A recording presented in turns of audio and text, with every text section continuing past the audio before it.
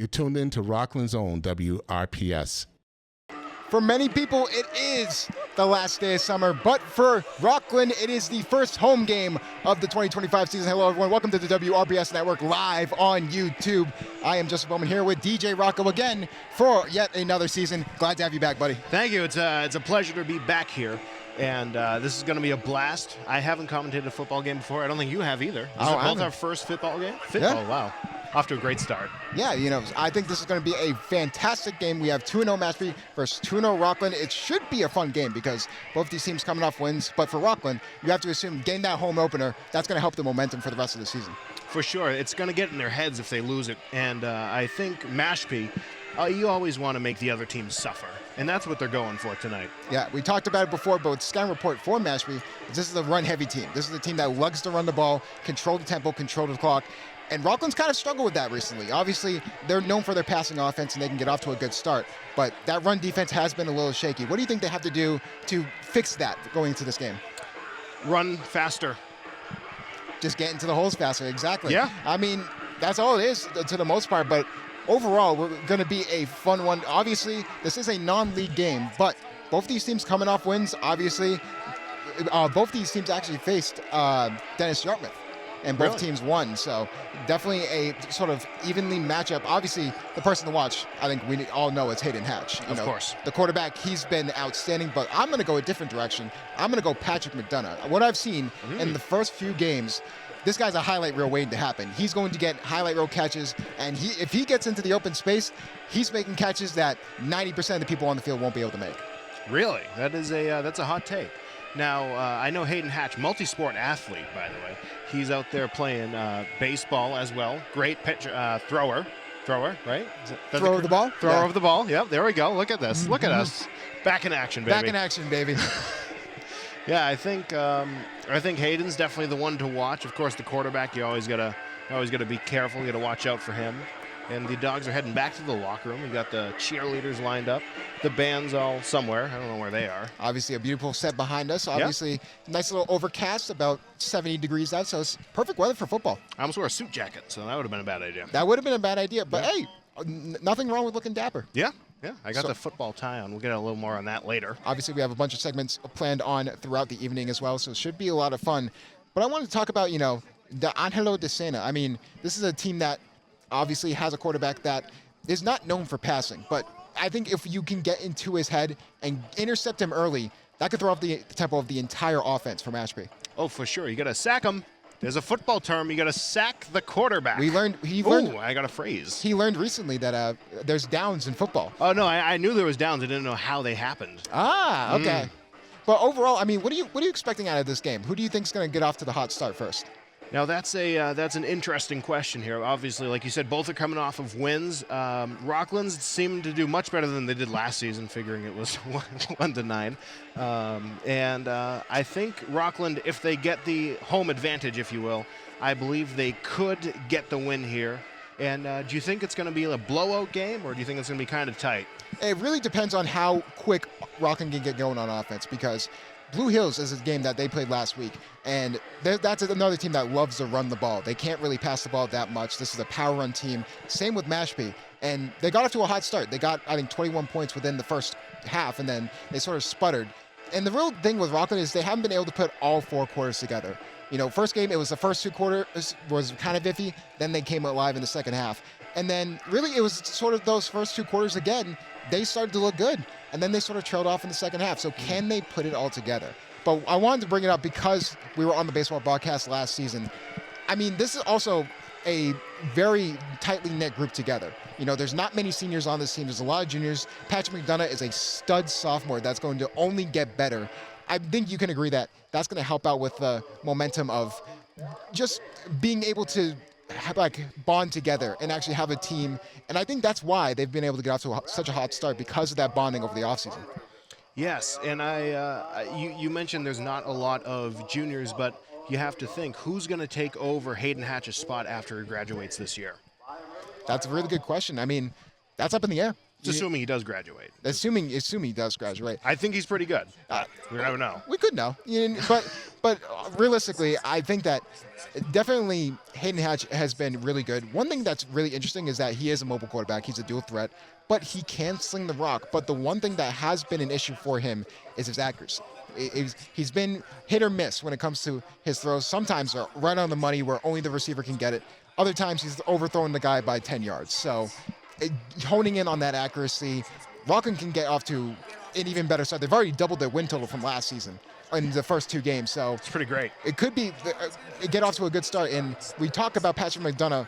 He's going to have to get the offense going early because this is a guy that loves to make highlight plays, loves to get everyone involved as well. So is there anything that you can do against someone like Patrick McDonough, or do you just have to pray at that point and just hope that he has a bad game? Now, I feel like there's certain things you can do. Mental games, I feel, are always very important coming from different aspects. You always got to yell at people. That gets in their head pretty quick. Pick out a distinct feature of them. For example, if someone was yelling at me, they could say, hey, mutton chops, and I'd look, Who else has mutton chops? Yeah. No one else is looking. Exactly. So I think you got to do something like that. You got to get in his head. And you really got to throw him off balance, and that's how you get past him. Obviously, we talked about Nick LaCroix before. I mean, he's been the football head coach for over a decade now, it seems like. He's been really building a good team, and he really prides himself on that defense. I've obviously played under Nick LaCroix as well, and I honestly think that the defense has been the best part. They have, I believe, 5 or 6 interceptions through the first 2 games of the season, which is fantastic. I mean, if they can keep it up, this could be a suffocating defense for Mashpee. Yes, and I have to agree with you there. I think both teams really need this win to keep their winning streak going, of course, but also it's a great motivational thing for Rockland if they win the home opener. Yeah, and then that would go right into another home opener in a divisional matchup. This is still a non-league game for both these teams, but this is still building momentum towards the actual conference. And I think in Division 7, every game matters. And obviously, they have a little bit of a home stretch here. We're going to be here for the next month. You'll be able to see us every Friday. So a lot of games coming up there. But overall, I mean, is there anything else that you're expecting from Mashpee early on? Not necessarily, but I think there's going to be a lot of hitting. There's going to be a lot of tackling. I've seen some of those players out there, and they look like they're ready to hit. We saw the craziest drill earlier. Do you mind if I step up? Yeah. Okay. We saw the craziest drill earlier. You have 2 players in there. They're kind of like kneeling down, and then they just headbutted each other twice.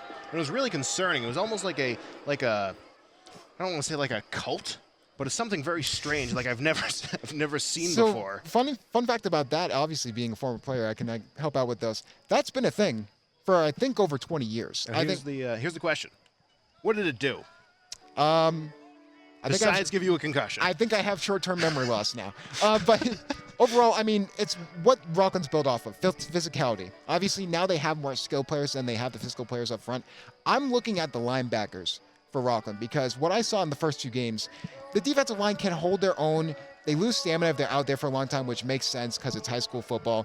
But I think overall, it could go either way because it really depends on if the linebackers can make that play because obviously up front, the defensive lineman and the offensive lineman are going to clash. If you have an extra linebacker that can get through, it's getting that pass rush to the quarterback, or in this case, getting to the running back because from what we're hearing with this scouting report, Mashpee's going to be running a lot today.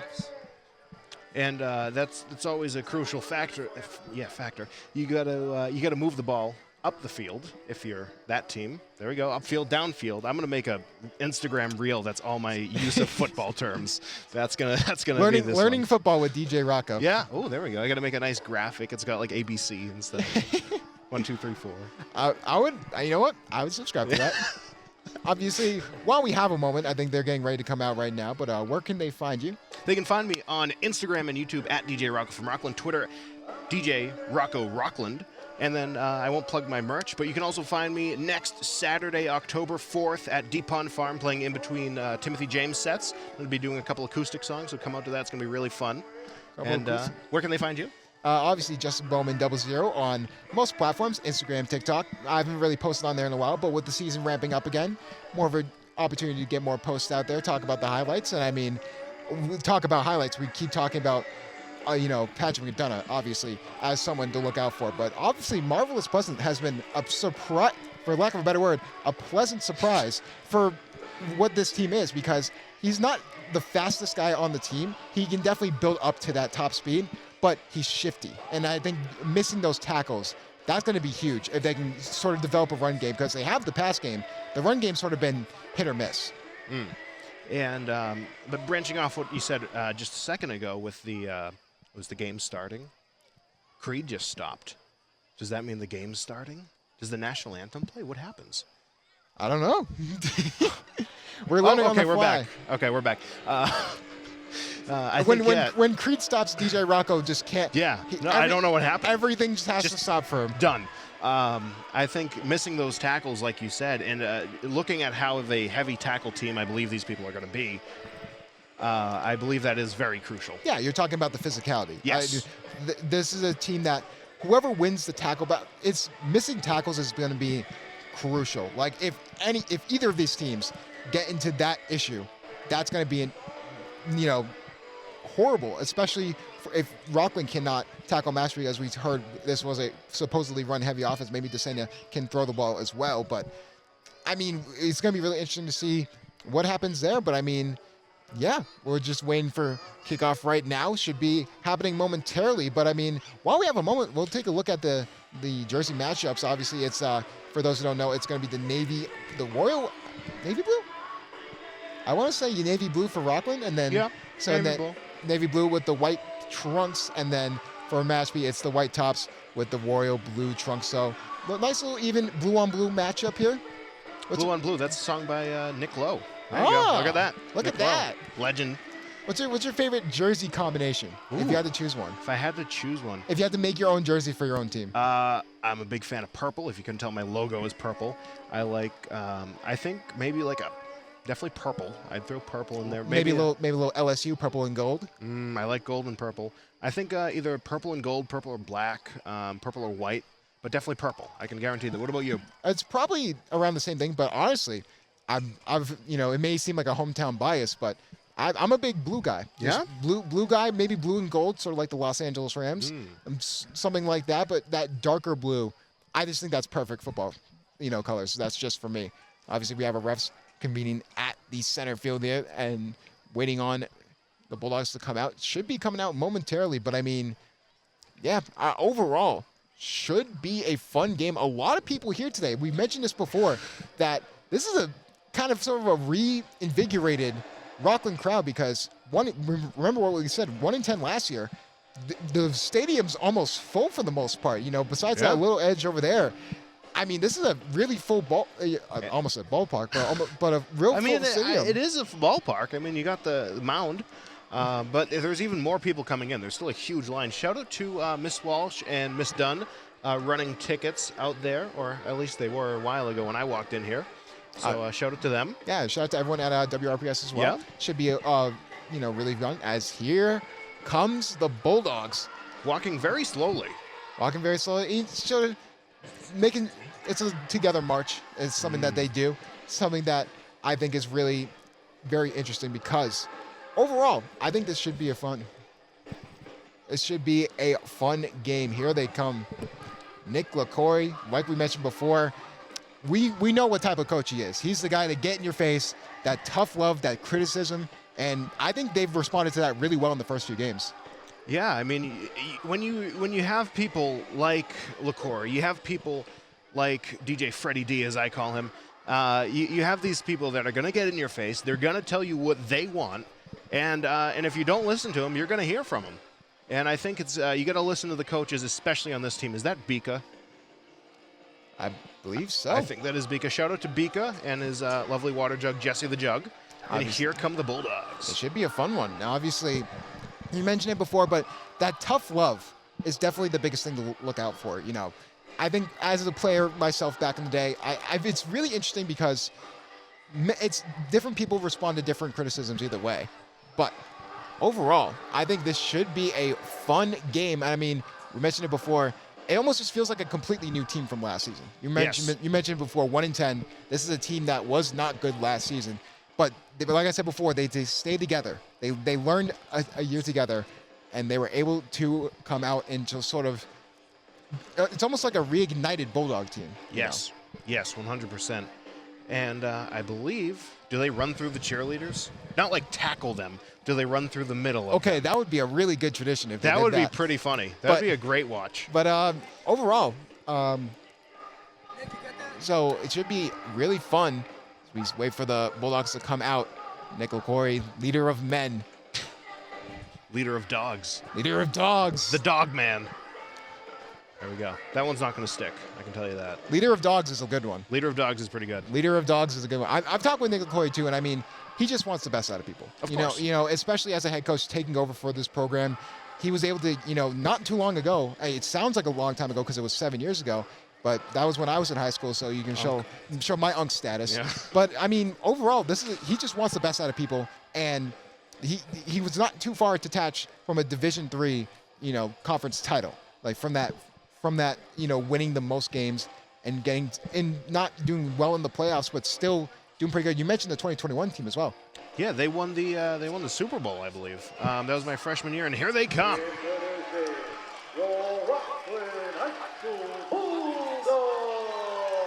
Led obviously by Hayden Hatch, and should be a fun one.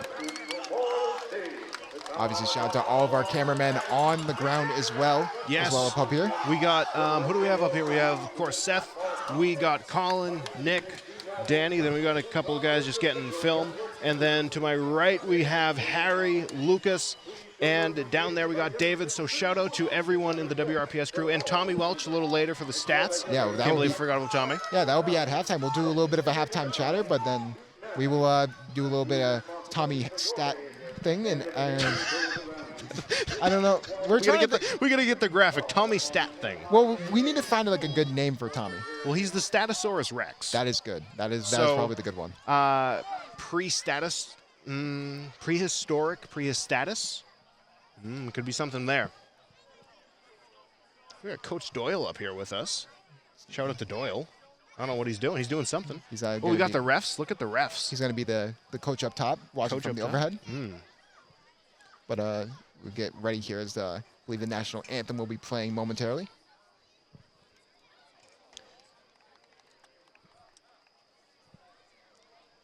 Apparently not as soon as you thought it would. As not as soon as I thought it was. We still have a lot of people coming in, like a significant amount. There's a lot. If we get a camera shot of that there's a lot of people at the entrance too. Yeah. There's a good amount of people over there and just coming into the stadium. And I mean, overall, I mean, it's awesome to see because it feels like for the first time in a while. Compared to baseball last year, this place is packed. It's funny, the baseball games and the hockey games, the football games and the hockey games get really full, and the energy in hockey is just insane. And I believe that, they're going to bring a microphone. They're going to unpair the Bluetooth phone. We're getting behind-the-scenes stuff. You don't get this anywhere else, just here on WRPS Rockland. Yeah, I mean, overall, should be, like I said, should be a fun one. I mean, overall, I'm really interested to see what the first drive looks like because Rockland's a team that likes to get off to a good start right away. This is a team that will want to punch someone in the mouth right away and just see if they can respond with those haymakers. Colin Floyd may wear that at that point. So yeah, I don't. That might get him ejected. That might. Who knows? But obviously we have the captains coming up here for Rockland. Obviously one of the captains, Hayden Hatch. Yeah. We should have gone on at like 5 minutes before the game. Yeah, we got Coach Stone Damon up here. Shout out to Coach Damon. Yeah. We got everyone up here. We got the whole crew watching. Yeah, but Jomo Byatt will be out there as well with number 52, Brody Nicholson. Ooh, that name sounds familiar. Does he play baseball? He could. I might be going crazy. That's also a very valid option. That could be an option. But those are your three captains for Rockland. Oh, look at this. Number 52, Brody Nicholson. And number 3, Jomo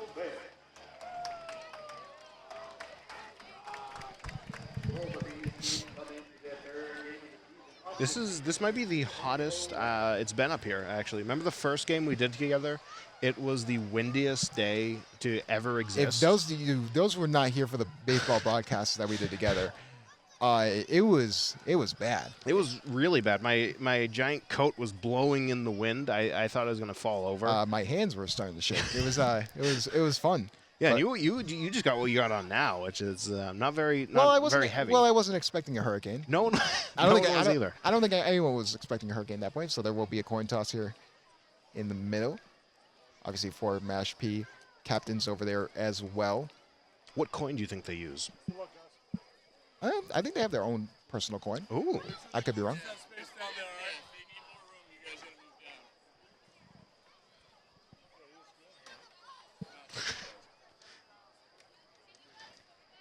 One of the guys from the Mashpee squad just called us ESPN, so thank you. Take that as a compliment. I mean, Neston's a little better, but Yeah, first time I've been called ESPN though. yeah. I've been called mutton chops before. There we go. Look at Anzi. Coach Matt Anzalone hyping up the team, just like he hypes up the math class. I believe I could be wrong, but I believe Rockland the third, so they will kick off, start the game. And the handshakes as everyone gets ready. It is time for the home opener for the Bulldogs. And it should be a fun one nonetheless. Both these teams hyped, both these teams 2-0. Like we said before, this is a grudge match. This is a team, both these teams looking for that third win to really get the momentum going. Justin, I have a confession. Yes. This is the first time I've been to a Rockland High School football game. Wow. Yeah. I don't, it's not for everyone, but I mean, hey, what a way to start. Like we have the national anthem.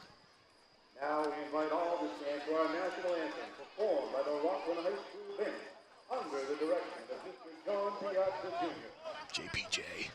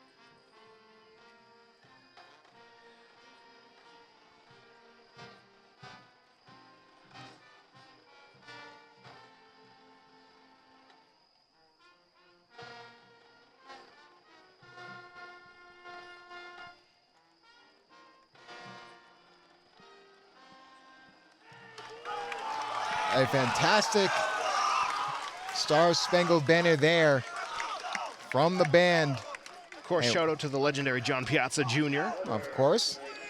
Should be a fun one. From Fire Station, high atop Union Street, is 68 degrees. 68 degrees. Nice and cool day. It's actually perfect weather for football, I would argue. Yeah, it's pretty nice up here. I didn't have to wear a suit jacket. That's nice. Got the whole squad up here. No one's wearing suits. We're all fancy. So actually, I think Mashpee declined. They won the toss, so they will kick it off to Rockland to start off. Oh, Marvelous Pleasant back there, along with Patrick McDonough and number 80. this crowd is rowdy. Ramari Cummings, the other return man deep. Marty? Amari. I don't know what you said. Ramari. Ramari. Ooh. Rahmaui. Or R-I. Okay. Ramari. There we go. Good names. I mean, this is before. I thought it was really interesting someone was named Marvelous Pleasant. Yeah. That was a fantastic revelation, but here we go. Ready to kick off here.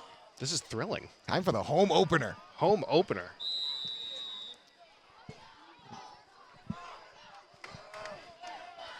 And kick off here. Mashpee will kick it off. A little bit of a squib kick there.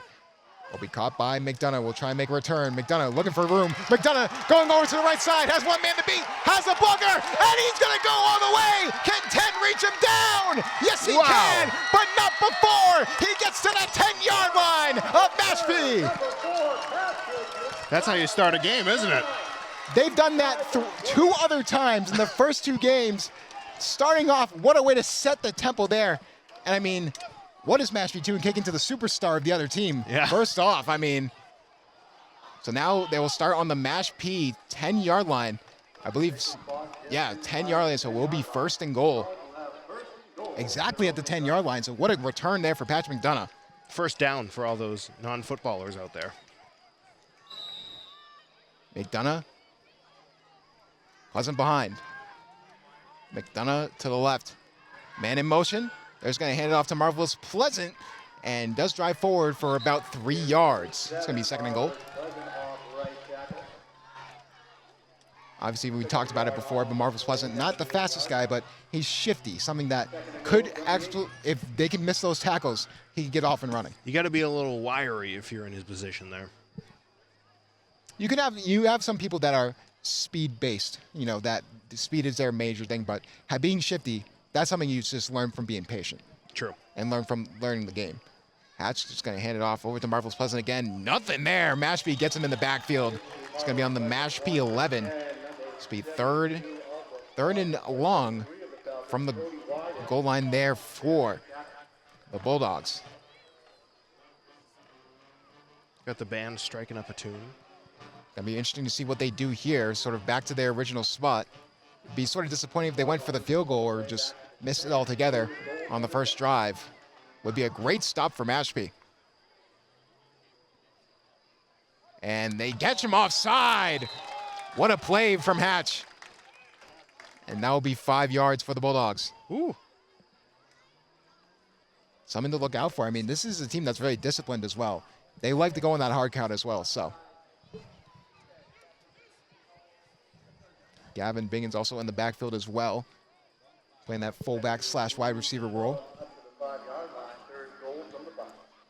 Be interesting to see what they do here. Now it's third and manageable, so whenever they do, they are known for their passes, but they may go for a running play as well.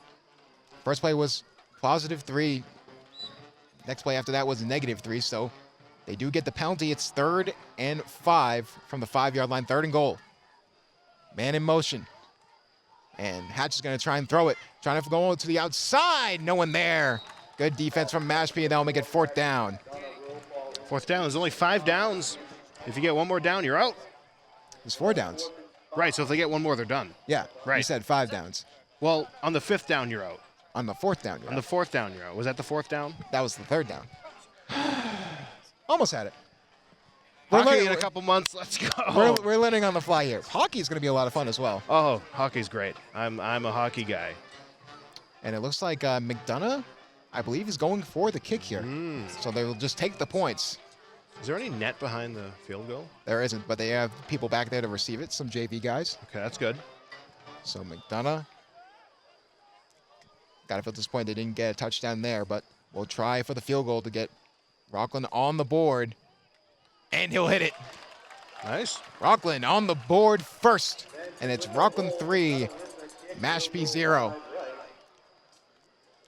Just a very disappointing drive from the point of you got that big return, but really couldn't capitalize on any of it. You tried to pass and play on 3rd down, really didn't work. We talked about the accuracy of Hatch, how it's sort of been hit or miss. So unfortunate, but while we have a moment, we will go over to our camera right now and do the Rocco tie segment. Ooh, yes. Let's get a camera on me, please. Nick, thank you. Thank you, Nick. I appreciate it. All right, so today we got the special, we got the football tie. Is that visible? Yes, it is. That's the football tie. And we got the gold tie clip on it. So, you know, we're out here being a little snazzy. No pins today, unfortunately. I have a lot of pins, but I decided to just go with this a little busier than some ties. So we got the football tie out for the first football game. And back to the game, it was actually a missed field goal from Patrick McDonough, so it's going to be 0-0. It was a missed field goal? I thought it was good. Yeah. Well, look at that. A little bit of a blunder by me, but we talked about it before. Desania at quarterback. Just going to hand it off. Going to try and get anything going. A junkyard of Bulldogs there to make the tackle. I guess you could call them the junkyard dogs. Could be a good one. This is definitely a run-heavy team like we mentioned here, so my apologies. I thought he made the field goal, but looked good from over here. Yeah. That's why you got to look at the refs whenever that happens. McDonough has been having some field goal issues when it comes to I think it's 2nd or 3rd missed field goal of the year. Oh, wow. So he has the power. It's just the accuracy is definitely something that definitely needs to be worked on. But 2nd and 8 here for Mashpee. Man in motion, Desania He's going to hand it off. No, he's going to go for the option. It's going to be a QB keep, and Rockland realizes they run away. Number 71, Cameron Campanelli. What a tackle. That's going to be 3rd and, I believe, 6. So what do you think Mashpee does here? I think Mashpee is going to try and go for it. They're going to try to stop the momentum of the opposing team and keep going on their special position. You think they're going for it on 4th down? I don't know. It'd be really risky if they did, but we'll see. Whoa. Desania. Is that a giant moth? Man in motion, number 4. Desania going to be back to throw. Looking for over to the left side. That is caught, but it will be short. Making the catch, but what a tackle there from Jomo Bayer. There we go. Jomo Bayer, look at that. Jomo Bayer, a great tackle there, preventing the first down. And looks like they will go for it. Ooh, 4th and I believe 1. They will go for it, so definitely probably could try and catch them off sides here. Get that automatic first down. Offsides, that's like hockey. Exactly. Woo-hoo. Getting excited over there. Desania. Gonna try and catch him off guard. And Mashpee just calls a timeout. Tried to catch him offside, but that will be a timeout for Mashpee. It's pretty early in the game to take a timeout. Only 4 minutes in. We're going to get our famous segment from baseball, our referee fit check. Referee fit check, yes. Nick, can we cut to the wide cam, please? Danny, could you zoom in on one of the referees for a referee fit check? Instead of the umpire, we're going to be doing a referee fit check. All right, can we get, yes. Okay, so we got the ref, both wearing lovely striped, Justin. Yes. Might be an issue here. Yeah. What seems to be the issue? They're wearing the exact same outfit. Well, contraire. One's wearing a white hat. Ooh. One's wearing a white hat. I think the white hat one looks a little better. I do too. I think it's a little more of a contrast, so it pops a little more. With that being said, that will be the one and only time we do a ref check. That was the thing we did during the baseball season. And they will go for it on 4th down. They actually have a play designed now. You know what they call it? Trying to get a first down. Yes, that's correct. So Desania under center. Fullback and halfback. They're just going to hand off. Halfback dive, and they're going to get it. Good job for Mashpee going for it on 4th down.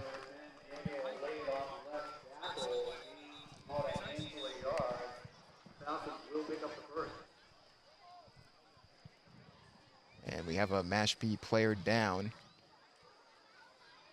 So a little bit of a stoppage in play. Some woman's attacking him. Ooh, that may be looking a little worse for Ware. Maybe a graphic ankle injury. We probably shouldn't show that. Yep, that was a good camera cut, Nick. Good job. Very proud of you. Ooh, yeah, it does not look good from up here. Obviously wishing the best for all the Mashpee players. Of course. Same for Rockland. Is that one of the coaches? Yeah, one of the coaches there with the trainer.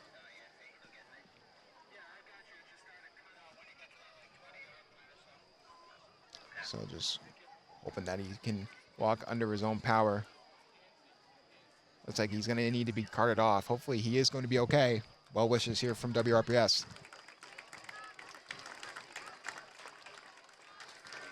And a bad injury there, number 66, Shea Taylor. Guard and D tackle, so they're going to definitely be missing him. He in the warm-ups earlier, I was looking at him thinking he was going to be a star player of the game for Mashpee. So that's a little. That's a gutting loss. Yes. And it looked like he couldn't really walk under his own power. He definitely need help to get silenced. So, again, hopefully he's well from everyone here at WRPS. But with that being said, first down here for Mashpee. Now, what role do you think number 79 Cairo King is going to play in this game? It's going to be really interesting. He could be a really good, replacement. I think he could really fill that role. Trying to get to the outside, though, is Mashpee. Gets 1 yard, breaks the tackle, and still going, and he's going to try and get the first down. Will they give it to him? It's very close. And I believe it will be short. It will be a 9 yard gain, though. So a good gain for Mashpee. We got LaCory with the hands up. It's also what Bob Dylan uses to signal the end of a concert. Obviously, there's a defensive coordinator, but as a head coach, he's also been controlling the defense. Definitely not the best play if you are in that position. But here we go. Mashpee, 2nd and 1. Ball on the Mashpee 45-yard line. Man in motion. So to the left side. It's going to be another pass. This time, trying to find an opening. There is no one open, so he's going to have to make a play. They actually make the catch. Right next to LaCory's head. And it will be a flag on the play.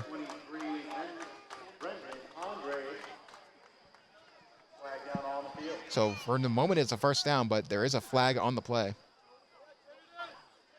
More people are coming into this game as we speak. This is going to be a packed stadium here. Definitely a lot of people. This is like every baseball game combined, then a couple more. That is probably a good requisition. And it's going to be holding on the offense. Rockland getting away with one there. So that'll make it 2nd and 6. Or holding is actually going to go take him all the way back. It's going to be 2nd and long now. It's going to be 2nd and 11. So a 10-yard penalty there for holding.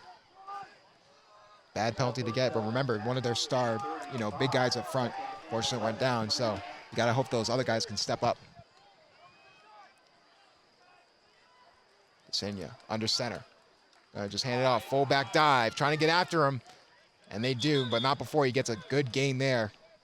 For a fullback dive, that's a great gain of 5. Oh, yeah, for sure. So it is going to be 3rd down. We talked about it before, but that run defense has definitely been something that you wish for a little bit more out of. So can they get something here? Would be a huge stop. Wouldn't be surprised if play action could be definitely in the cards for Mashpee. Senya in the shotgun, one to his right. 2 receivers right, 2 receivers left. 4 wide.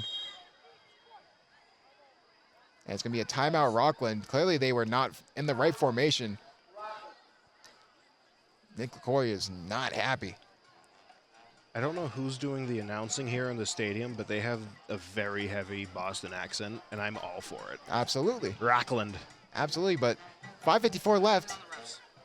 Obviously, going to be really interesting. I mean, obviously, it just seems like a little bit of miscommunication from the defense. We talked about before the defensive struggles.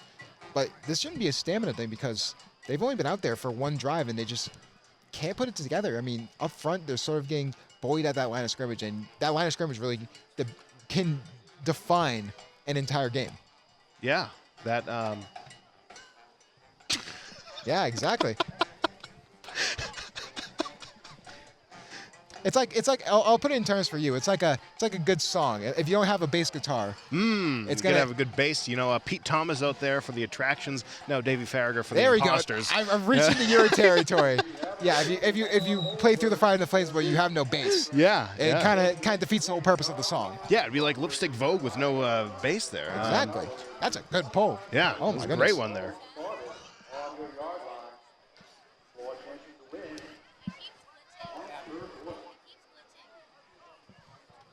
So here we go. 3rd and 6 here for Mashpee. It's going to be a pass. Looking for a pass. Senya just passes it out to the flat. What a catch there from Mashpee. Oh. But they can't do anything with it. Rockland's there to make the tackle. Took him out at the legs. What a one-handed catch there from That Mashpee. was great. I could never do that. I am a terrible catcher. Fortunately, it didn't result in anything, so they will go for the punt team.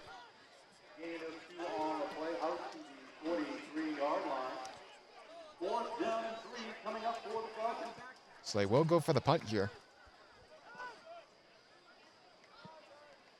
So nothing going for Mashpee. They do get 1 4th down conversion. They won't go for the second one.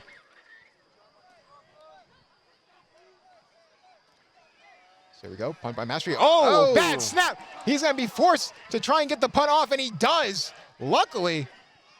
And they will try and recover it. This time McDonough can't get anything to go, but what heads-up awareness from the punter goes over his head, but still gets the punt off. Mashpee pulling stuff out of their behind to really prevent this game from being worse than it is. believe sleeve would be a better term. You know, it's thinking on the fly. You know what I mean? How can you not be romantic about football, DJ Rocco? Yeah, you got to talk about pulling stuff out of your But anyways, here we go. For Rockland, it's going to be 4 receivers wide. Pleasant in the backfield with Hatch. You filled the hatch? Hatch going to go for a good little bubble screen, trying to get McDonough in open space. Breaks a tackle, trying to get away, and actually results in I believe a net neutral. There was no gain there. This is the little Corey cam. Wonder what he's thinking. I wish my team would do better. I am not going to disrespect LaCory like that. But anyways, here we go. 2nd down and 10. Nothing to go on the RPO, so it'll be trips right. Tight end on the left side. Hatch with Pleasant in the backfield. Hatch looking to throw. He's going to throw a deep one down. The right sideline. McDonough could not make the catch. Just out of his reach. It'll be 3rd down. Had the defender beaten everything, just a little bit overthrown. And that's something you mentioned earlier in the stream about Hatch. He's I feel like he's more of a baseball player. He's throwing it just as hard as he can with just trying to strike out. It's not even that bad of a throw. It's just no. It was a very good throw. It was a very good throw, just out of reach. Very slightly out of reach. I mean, I know we talked about McDonough's catch radius, but it's not that big. I mean, he can make some fantastic catches, but obviously it should be interesting to see if the Bulldogs can get anything to go here on 3rd down, 3rd and long. 2 receivers right, 2 receivers left. Hatch and Pleasant in the backfield. Motion man for number 81. Hatch going to roll out, going to look for an opening. Trying to find a pass, goes and finds McDonough. No, that will be dropped. Had a chance there, had the ball, but will be 4th down. They will go for the punt team here. Had the chance there to get the 1st down, but couldn't make the catch there for McDonough. This game for both teams has been like, in my opinion at least, they're both right on the cusp of making the plays, and they just can't get them. Yeah, this could be a defensive battle from what we're seeing, so could be interesting to see what happens here. Punt team back, but 2 people back for Mashpee for the punt.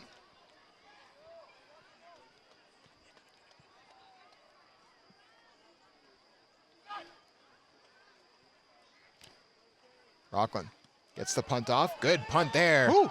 And that will be caught. They will try and make a play on it. Number 2 going to try and run to the outside and trying to get what a play there. What really tracking there.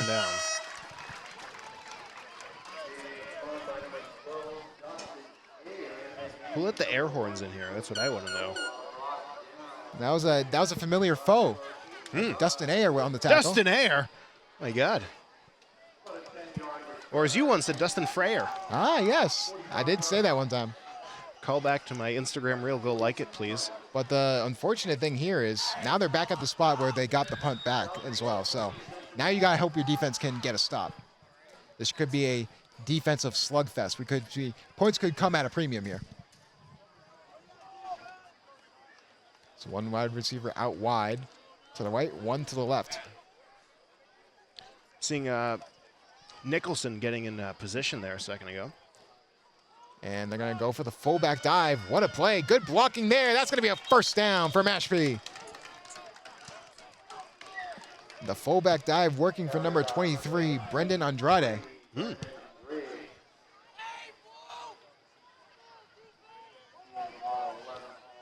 So now Mashpee in enemy territory.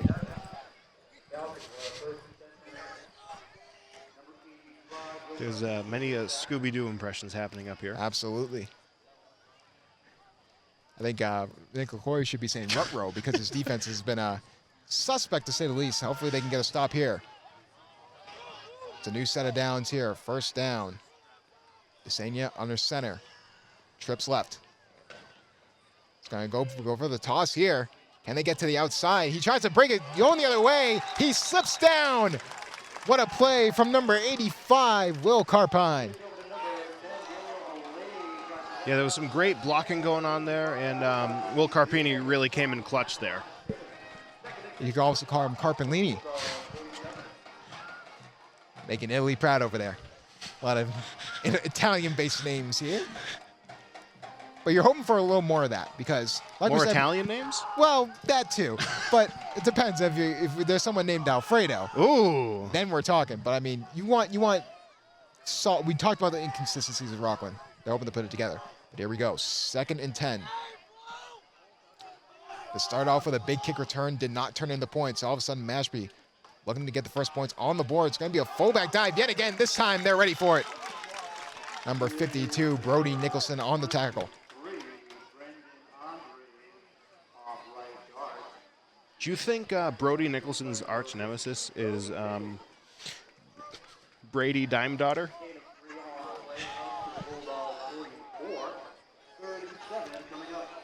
Third and long here for the, for the Mashpee Falcons.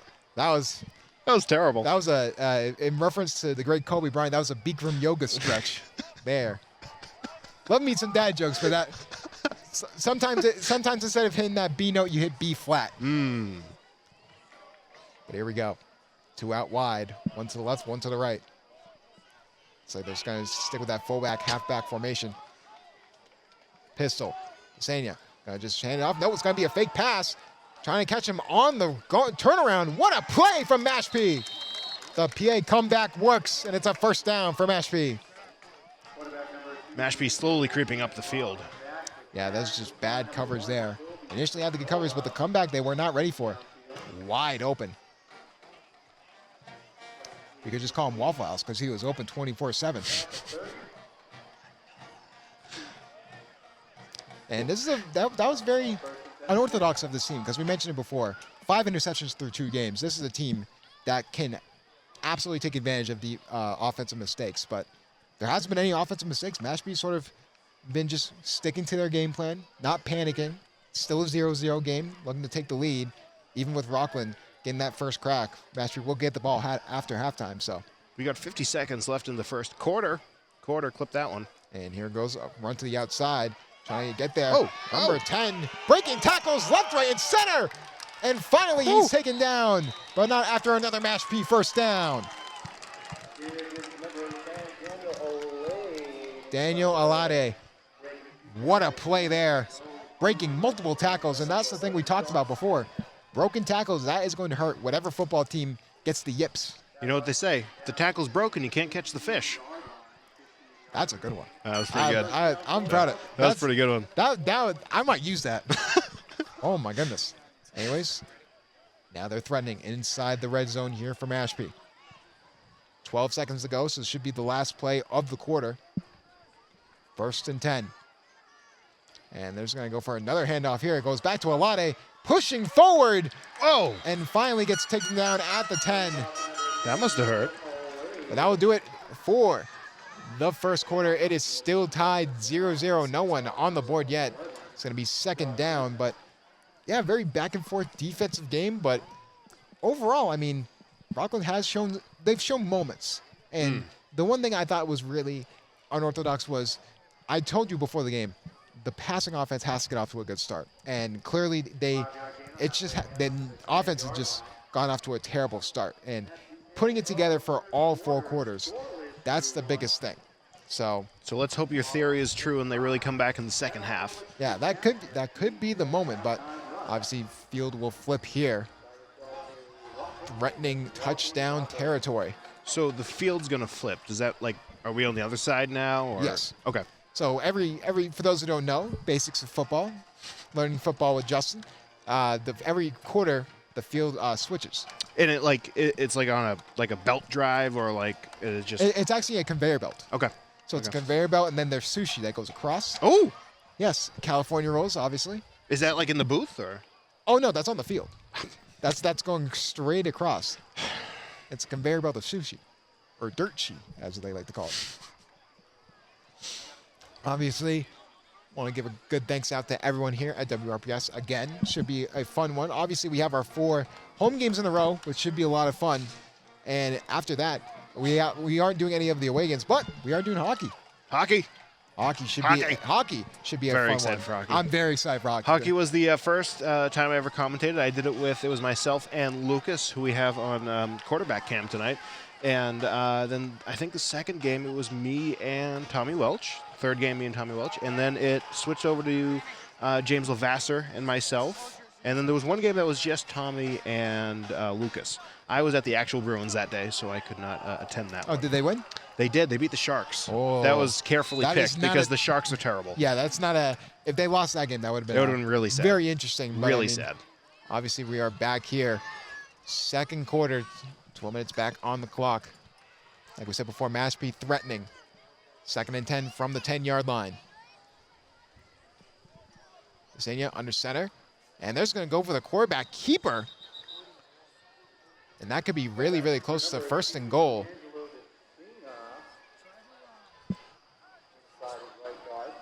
You know, I went to Inclusion Records today. Shout out to Inclusion Records. I picked up an Eddie Money record.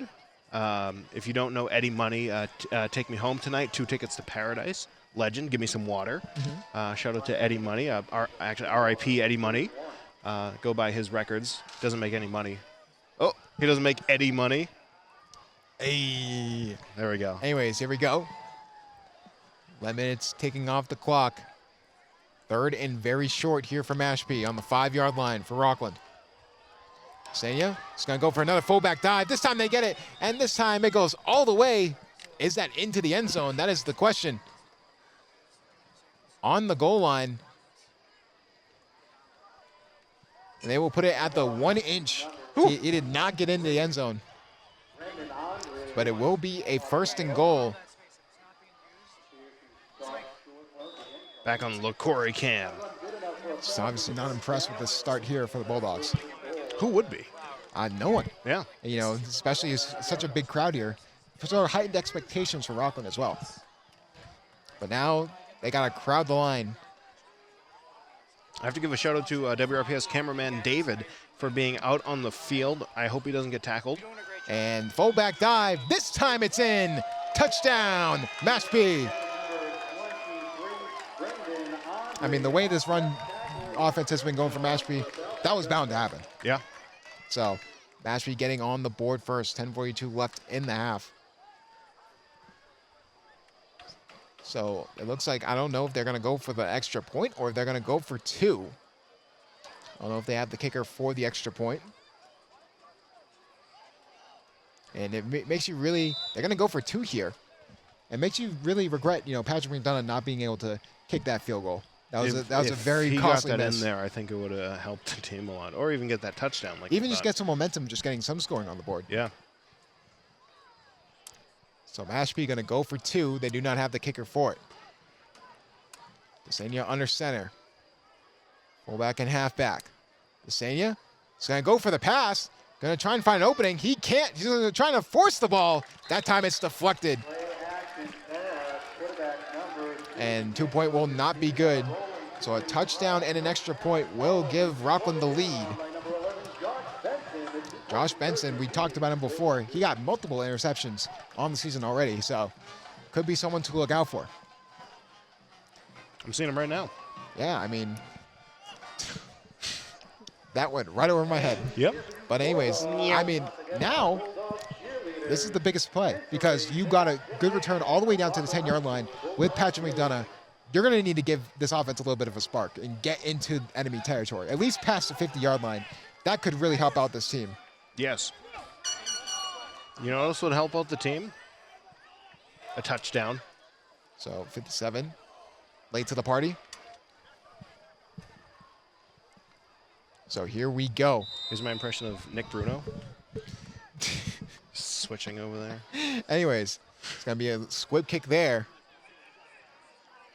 Trying to make a play as Rockland. Rockland trying to find an opening. Can they get the tackle off? Oh. They can, but not before he gets to the 40-yard line.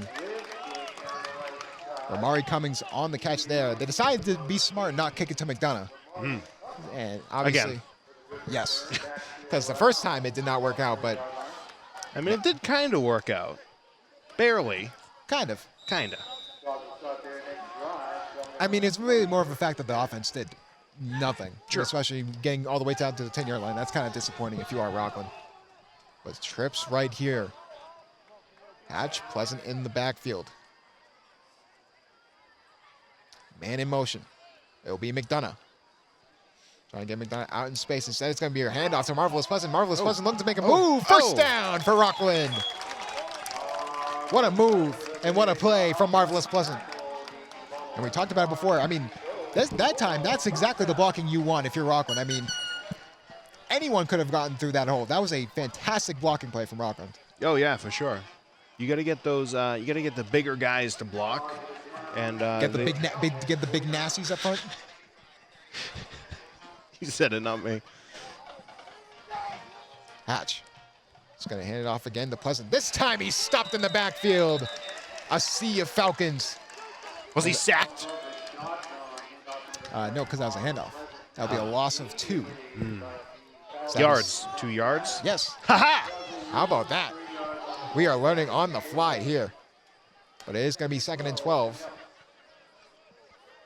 Now they're sort of keying in on the run again. I think they were more looking for the pass right out the gate, which I would not blame them. So they took advantage of that. But now it's 2nd and long. Can Hatch get this offense down the field? Hatch is going to look to pass.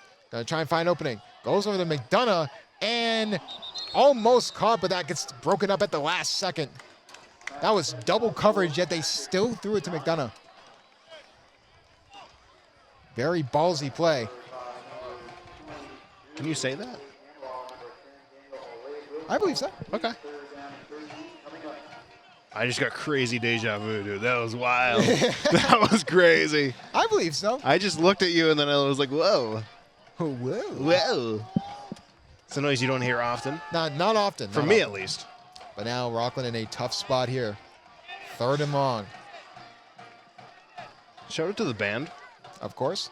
Shout out to Seth Rzuski for looking over the edge. Ball on the Rockland 48-yard line.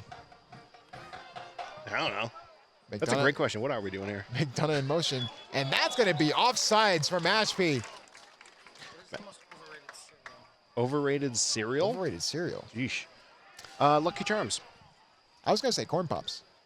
I like Corn Pops. I'm not a big fan. I think they're overrated. Wow. I'm not the biggest fan. I think the GOAT, I think we both can agree, is a certain cereal. A certain cereal? Yes. Cinnamon Toast Crunch? Absolutely. Okay. See, There we go. so you're on the same page there. Yeah. And they're discussing the play. I believe it was offsides on Mashpee, but Yeah, let's go, Pierce. Got a very passionate fan in the crowd. and it was actually a false start on Rockland. Oh, we were wrong. Oop. Back on the coach cam. Ooh, I like that a little more. So that will make it 3rd and a lot. to put it lightly. False start, not helping them out, so they're gonna go 4 wide. Definitely expecting a passing play here from Hatch. And back, Hatch looking to throw. Hatch going to throw it down to the right sideline. That ball can't be caught, but it was out of bounds either way. And that will make it 4th down. Rockland will be forced to punt. And just you get that good first drive, first down, and then you can't build off that momentum. Yeah, you got to put the pedal to the metal on that first drive. There's a reason there's a silence. Yeah.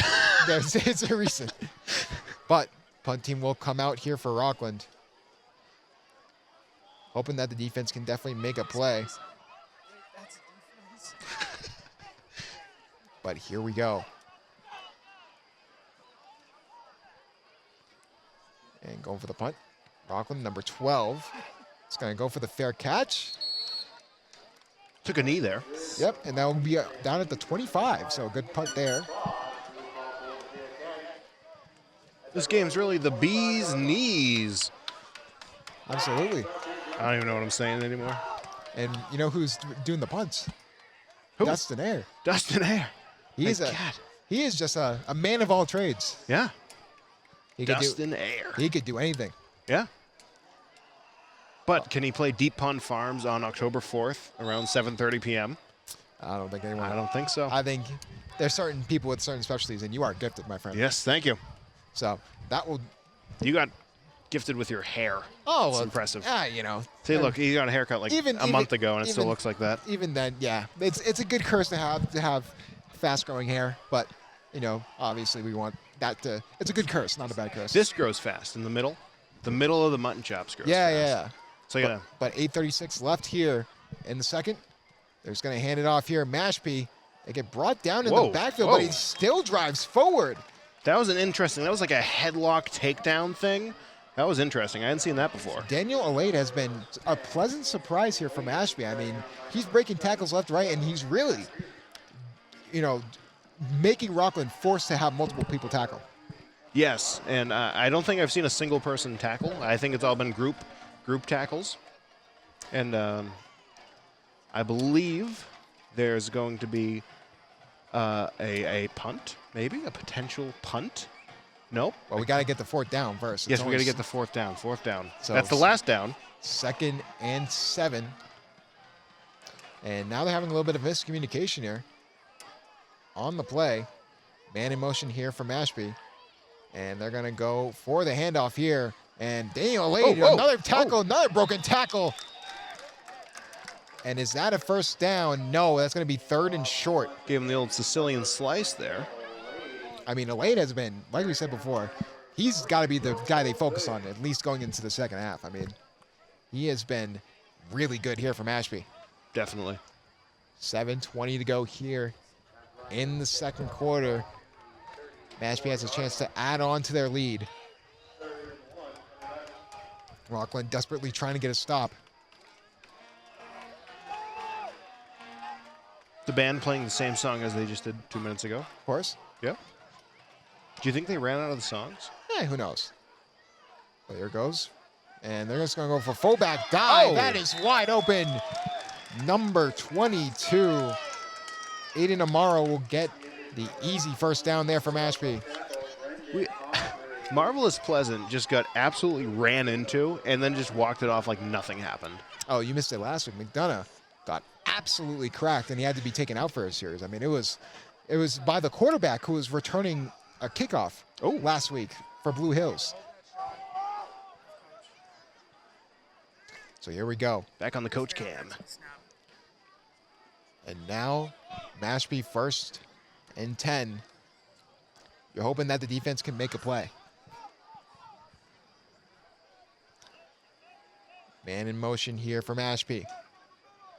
All the way to the outside. They're going to go for a pass here. Going to throw it deep. Trying to find an open man. Can they get it? What a catch there for Mashpee.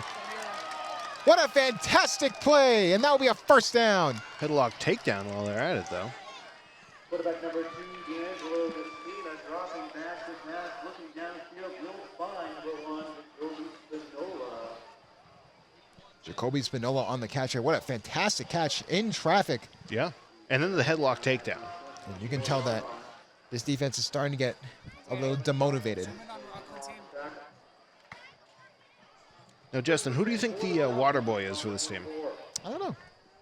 That's a good question. We should interview the water boy. Oh, that'd be an interesting interview.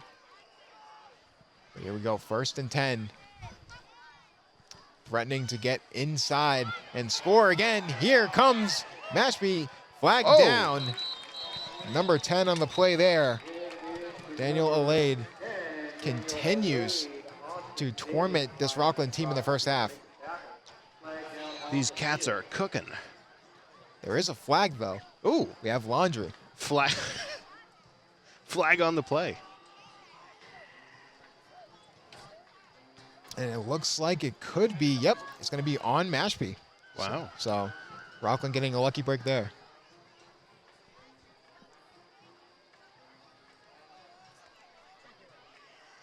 Good news, the band is playing a new song.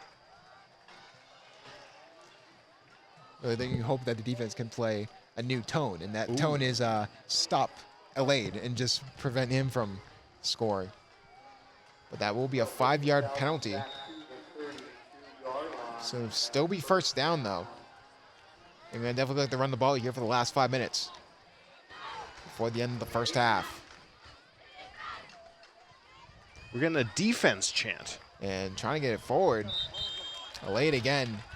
This time it's only a gain of 3. So that will make it second down. The Sania, I will say, definitely looking a little composed. I was surprised. I was interested to see what he was going to, the jitters of being 2-0, going on the road to try and go 3-0. He's been sort of composed here for Mashpee.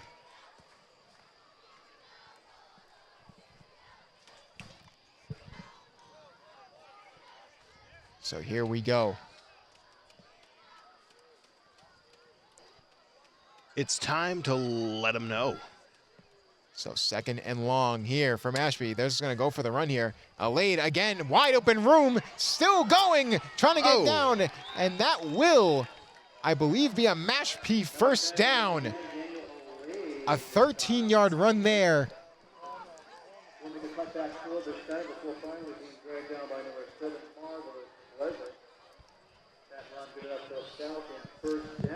And the name Daniel is going to be, hard to say next week if this score holds, but definitely you need to make some halftime adjustments. You need to work on the run game and probably sacrifice some secondary to do it.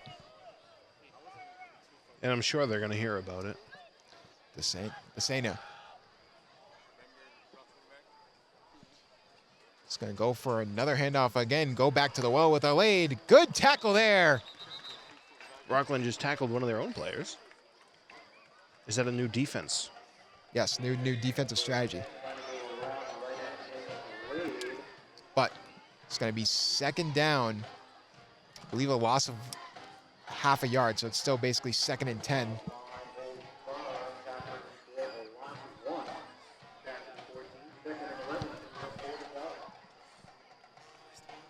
It's for some reason a little bit of technical issues, so just holding some clippers.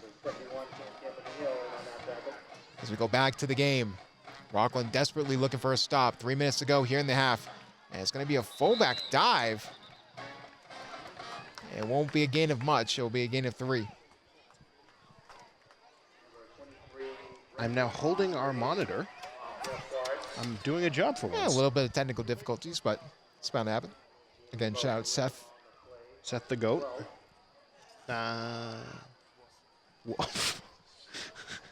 So trying to fix that, but while they're trying to fix that, Rockland's trying to fix their defense here. Ooh. 3rd and 9. 2:21 left in the first half of the home opener. A score here would be great for the Mashpee because they would get the ball back at halftime. Yeah. He's leaving, and he left me with the cutters. Okay. This is fun. But here we go. 2:06. Ooh. And it's going to be a timeout, Mashpee. Interesting to call a timeout. So we know that they don't have the kicker. So This means that they're going to have to go for it on 3rd down, and if possible, if needed, 4th down. So you got to assume Rockland's desperately trying to get that stop.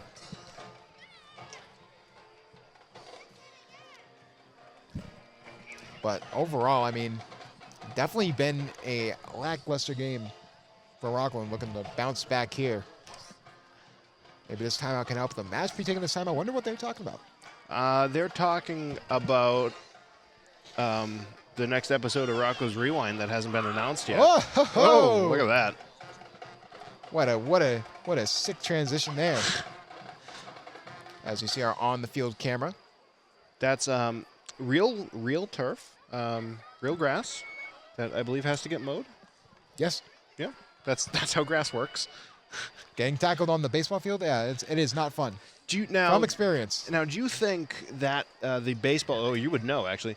Does the baseball portion of the field hinder your ability to play as well as you would on the regular? Probably the inconsistency, since it is sort of the same thing with the Raiders when they did a little while ago. So I could definitely see the issue with that. And they will actually go for a pass. Desania looking deep, trying to find open man, and that ball is broken up. Had it for a moment, but broken up at the last second as Rockland, and that will make it 4th and 8. Exactly 2 minutes left in the first half of the game. And the flag's in the backfield. I believe that even if there is a flag, they're probably going to decline it. Sure.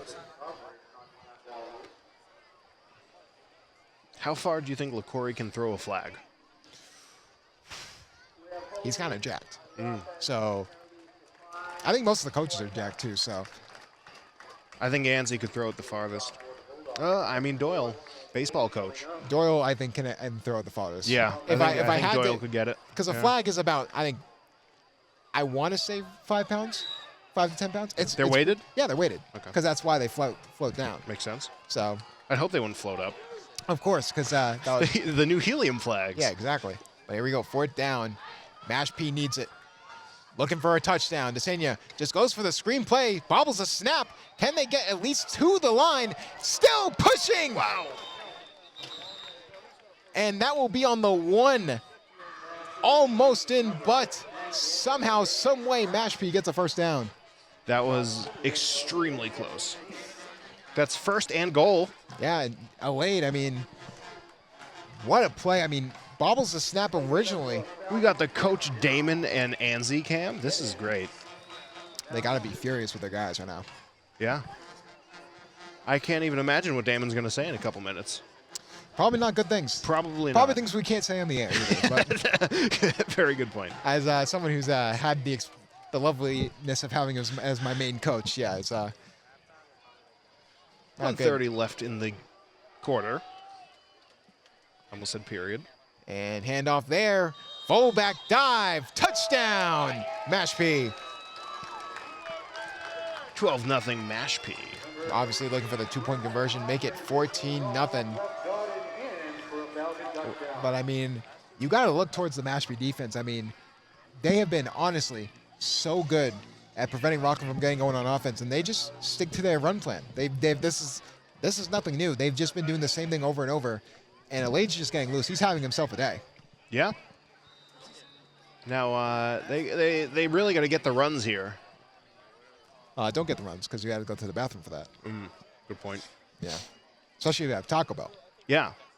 Now I'm hungry. Or the great water contamination of 2025. Yes.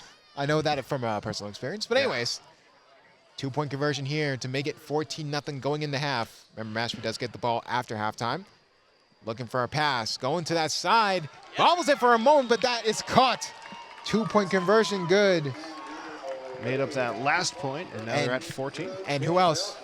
Daniel Alade again. He's continuing to be a thorn in Rockland's side.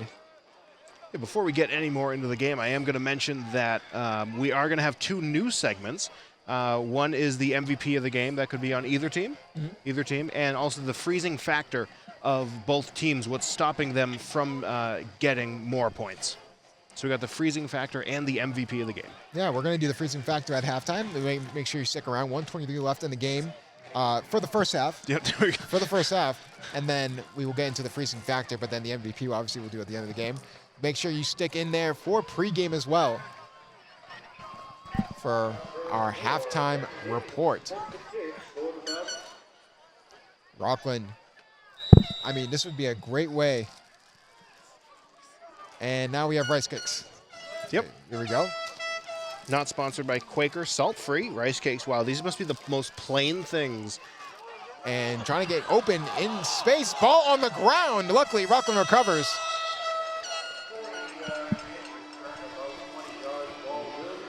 So, if you're Rockland, you need something. You need something. You need a rice cake. You need, at this point, if it helps them get a score, that's exactly what they need. So Rockland does get on the fumble recovery. Ramari Cummings, unfortunately, had that fumble there. So 1:13 left in the half. And do you think that the Mashpee quarterback is feeling very proud of himself at this moment? Absolutely. You have to feel like you're doing great. Going into this game definitely had to be a little nerves, especially 2-0, going against 2-0. This is a good Rockland team, and you've been able to stump them. So they're going to just dink and dunk down the field. He's going to get about 3 yards there. It does stop the clock. My inner Jack Edwards came out there. That was Jack Edwards, one of my inspirations for getting in the great commentary. commentator. A lot of people didn't like him, but Jack and Brick I love Jack and Brick. I loved him. And then obviously weird one was Michael Cole from WWE. Actually, one of the actual reasons I got in the commentary. Cole's great. Yeah, Michael Cole. More of a Joey Styles guy. Oh, yes. Hatch, deep throw. Can they make the catch? Intercepted! Wow! Mashpee gets the turnover. Going the other way. Rockland trying to get something going, trying to get anyone in front, trying to stay going, but he gets out of bounds. There is Laundry. It was after the play. Throws it into double coverage, and this time doesn't get bailed out. 53 left in the half.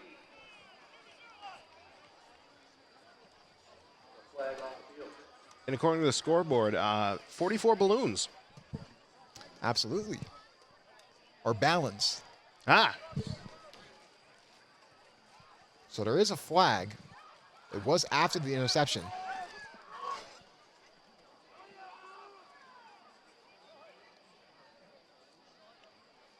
So it was a block in the back for Mashpee. It will still be a first down, but just a terrible, terrible interception. They tried to go for the home run ball, but unfortunately hit into a ground out. So now you got to assume if Mashpee is smart, they'll probably just run out the half and just take advantage of that. But that's if they're smart. well, they could. If they're not smart, now going for the kill shot here early on would be very interesting if they go for the long ball. But I mean, either way, this defense has been getting diced up like they're fruit. I mean, it's been absolutely insane. you know, I thought all the balls were the same size, but Shout out Tom Brady.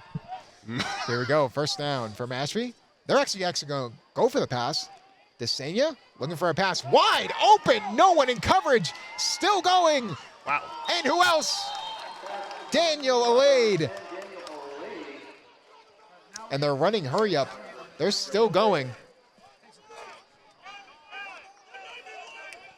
And Rockland could be in a bad situation going down 3 scores before halftime. Now they got to be careful. And back the throw, Desenia. They're looking for the deep ball. They can't get it. And they get tackled in the backfield. We just dropped it.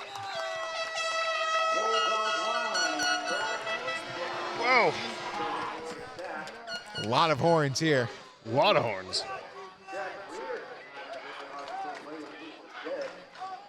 Are they going to go for the timeout? No, I don't think they have one. They've used 2. Oh, whoa. That was a little bit of a time jump there. Did you see that? Yeah, a little bit.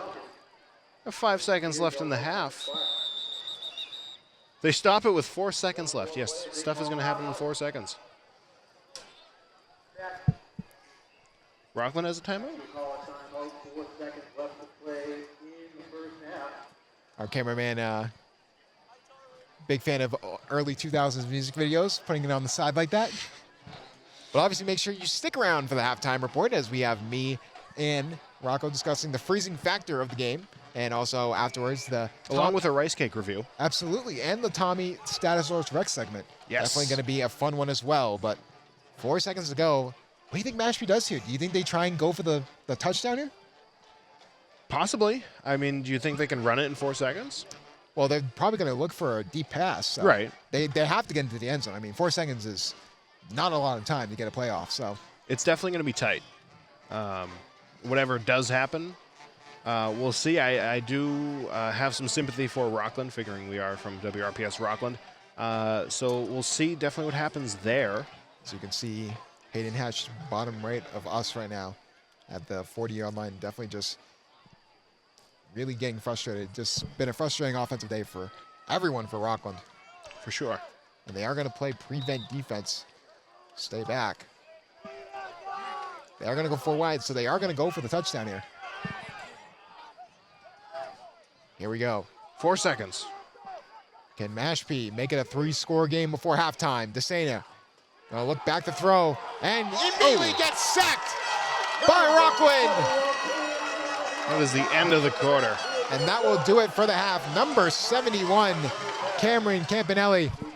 And that will do it for the first half. They can call him Joe Sacco. Honestly, would not be surprised, but we will go right into our halftime report.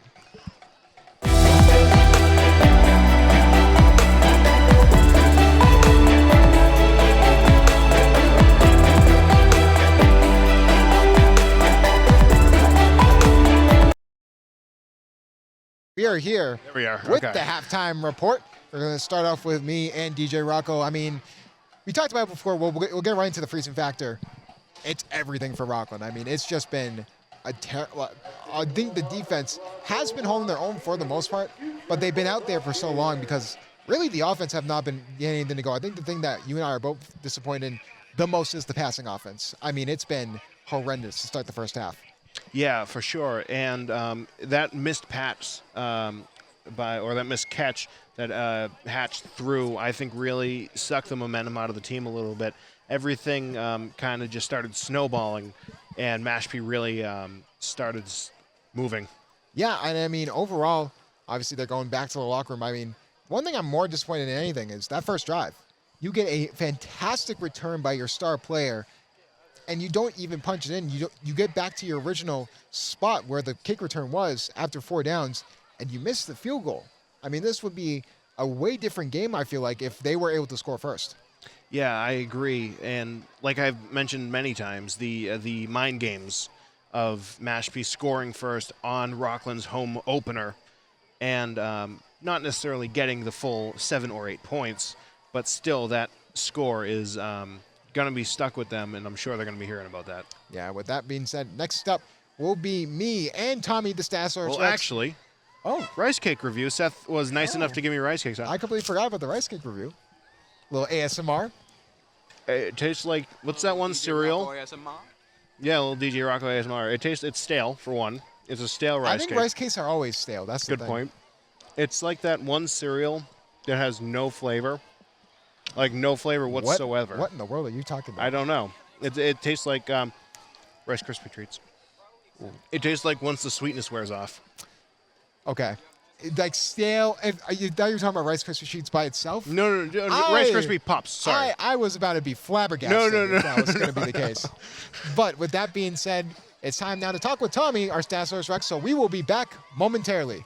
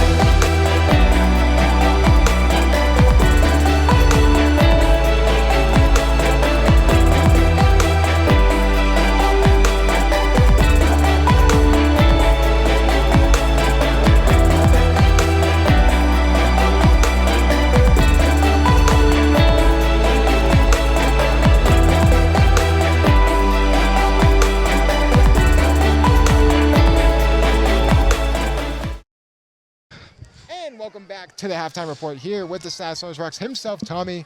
Tommy, what are your thoughts on this game so far? Not what I was expecting. I thought it'd be a good offensive match between two offensive teams. It's not looked like that. Yeah. Mashpee has just been controlling the ball all throughout this game. Like, I think Rockland should just step it up. Like, yes, you're coming off a 1-10 season, but still, you're 2-0 and you're facing a team that you should beat. Yeah, and I mean, we go back to that first drive, getting all the way down to the 10-yard line on a kickoff return, and then deciding to go for the field goal. If I'm the coach in that perspective, this is why I'm a commentator, not a head coach, I would go for it on 4th down. You already drive all the way down to the 10-yard line off of special teams alone. I mean, that just probably killed any momentum for Rockland. But any stats for us today? Alrighty, so I have one stat and one stat only. So I just did pass and completions. So this is the surprising thing. I said that Mashpee would be a running team. I was kind of sure. So they have 9 passes with 8 completions. For Rockland, it is seven passes with 2 completions. Yeah, and I mean, we talked about it before. This is a passing offense favored team. This is a team that really can't run the ball. So when the passing offense can't get anything going, you got to give credit to the Mashpee defense. I mean, the Mashpee defense has been really the entire reason Rockland has struggled. Yeah, because I think that Rockland has had they've had a good offense. It's just that they just cannot find any answers, and I think the Mashpee defense just needs to do what they need to do in the second half, and I think they have a win here. What do you think Rockland needs to do? I mean, we talk about that, but they've tried doing that, and as a result, Hayden Hatch has thrown multiple passes into double coverage. I mean, what do you think that they should do? Because you talked about it before, they had one completed pass until the last minute of the game. Yeah, because then if you look at it, the last play that Rockland had down here, literally double coverage, and honestly, when I looked at it, I was like, okay, there's no way he was going to catch that. No way. So, yeah, it might have been a good pass in hindsight, but he was literally firing in double coverage. Double coverage. Yeah, I think Hatch is definitely, it probably goes back to Hatch as well. I mean, we talk about, the nerves. I mean, this is a home opener, and now you've doubled your win total from last season. Do you think the nerves are starting to get to someone like Hayden Hatch? I think it is because, basically, I've always said this, all of, the pressure and, all the anxiety rides on the quarterback. If your quarterback struggles, then every single Everyone struggles. Yeah, everyone struggles. It's like a domino effect. Like, if the quarterback struggles, then the running backs, then the wide receivers, then the linemen, and then the defense. Which is crazy because one of their star tackles got taken out earlier in the game. Obviously, we hope he's well, but you would think that Rockland would be able to respond with that, and they got a good first down, and then all of a sudden, the rush defense is just nowhere to be found. Yeah, Marvelous Pleasant has been doing a good job at this game, but he just cannot find the run ability. Yeah, with that being said, we will go right back to me and Rocco as we continue the halftime report here for WRPS, and we will be back momentarily.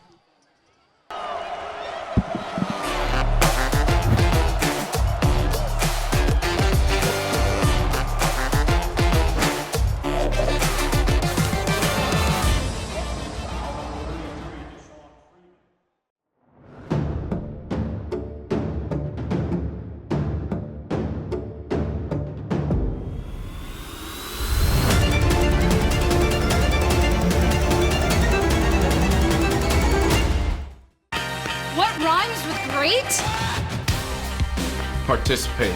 Where does greatness start? Here, in the classroom. On the diamond. In the pool. On the field. Where will your greatness take you? To better grades. To more friends. Yeah! Be great. Participate!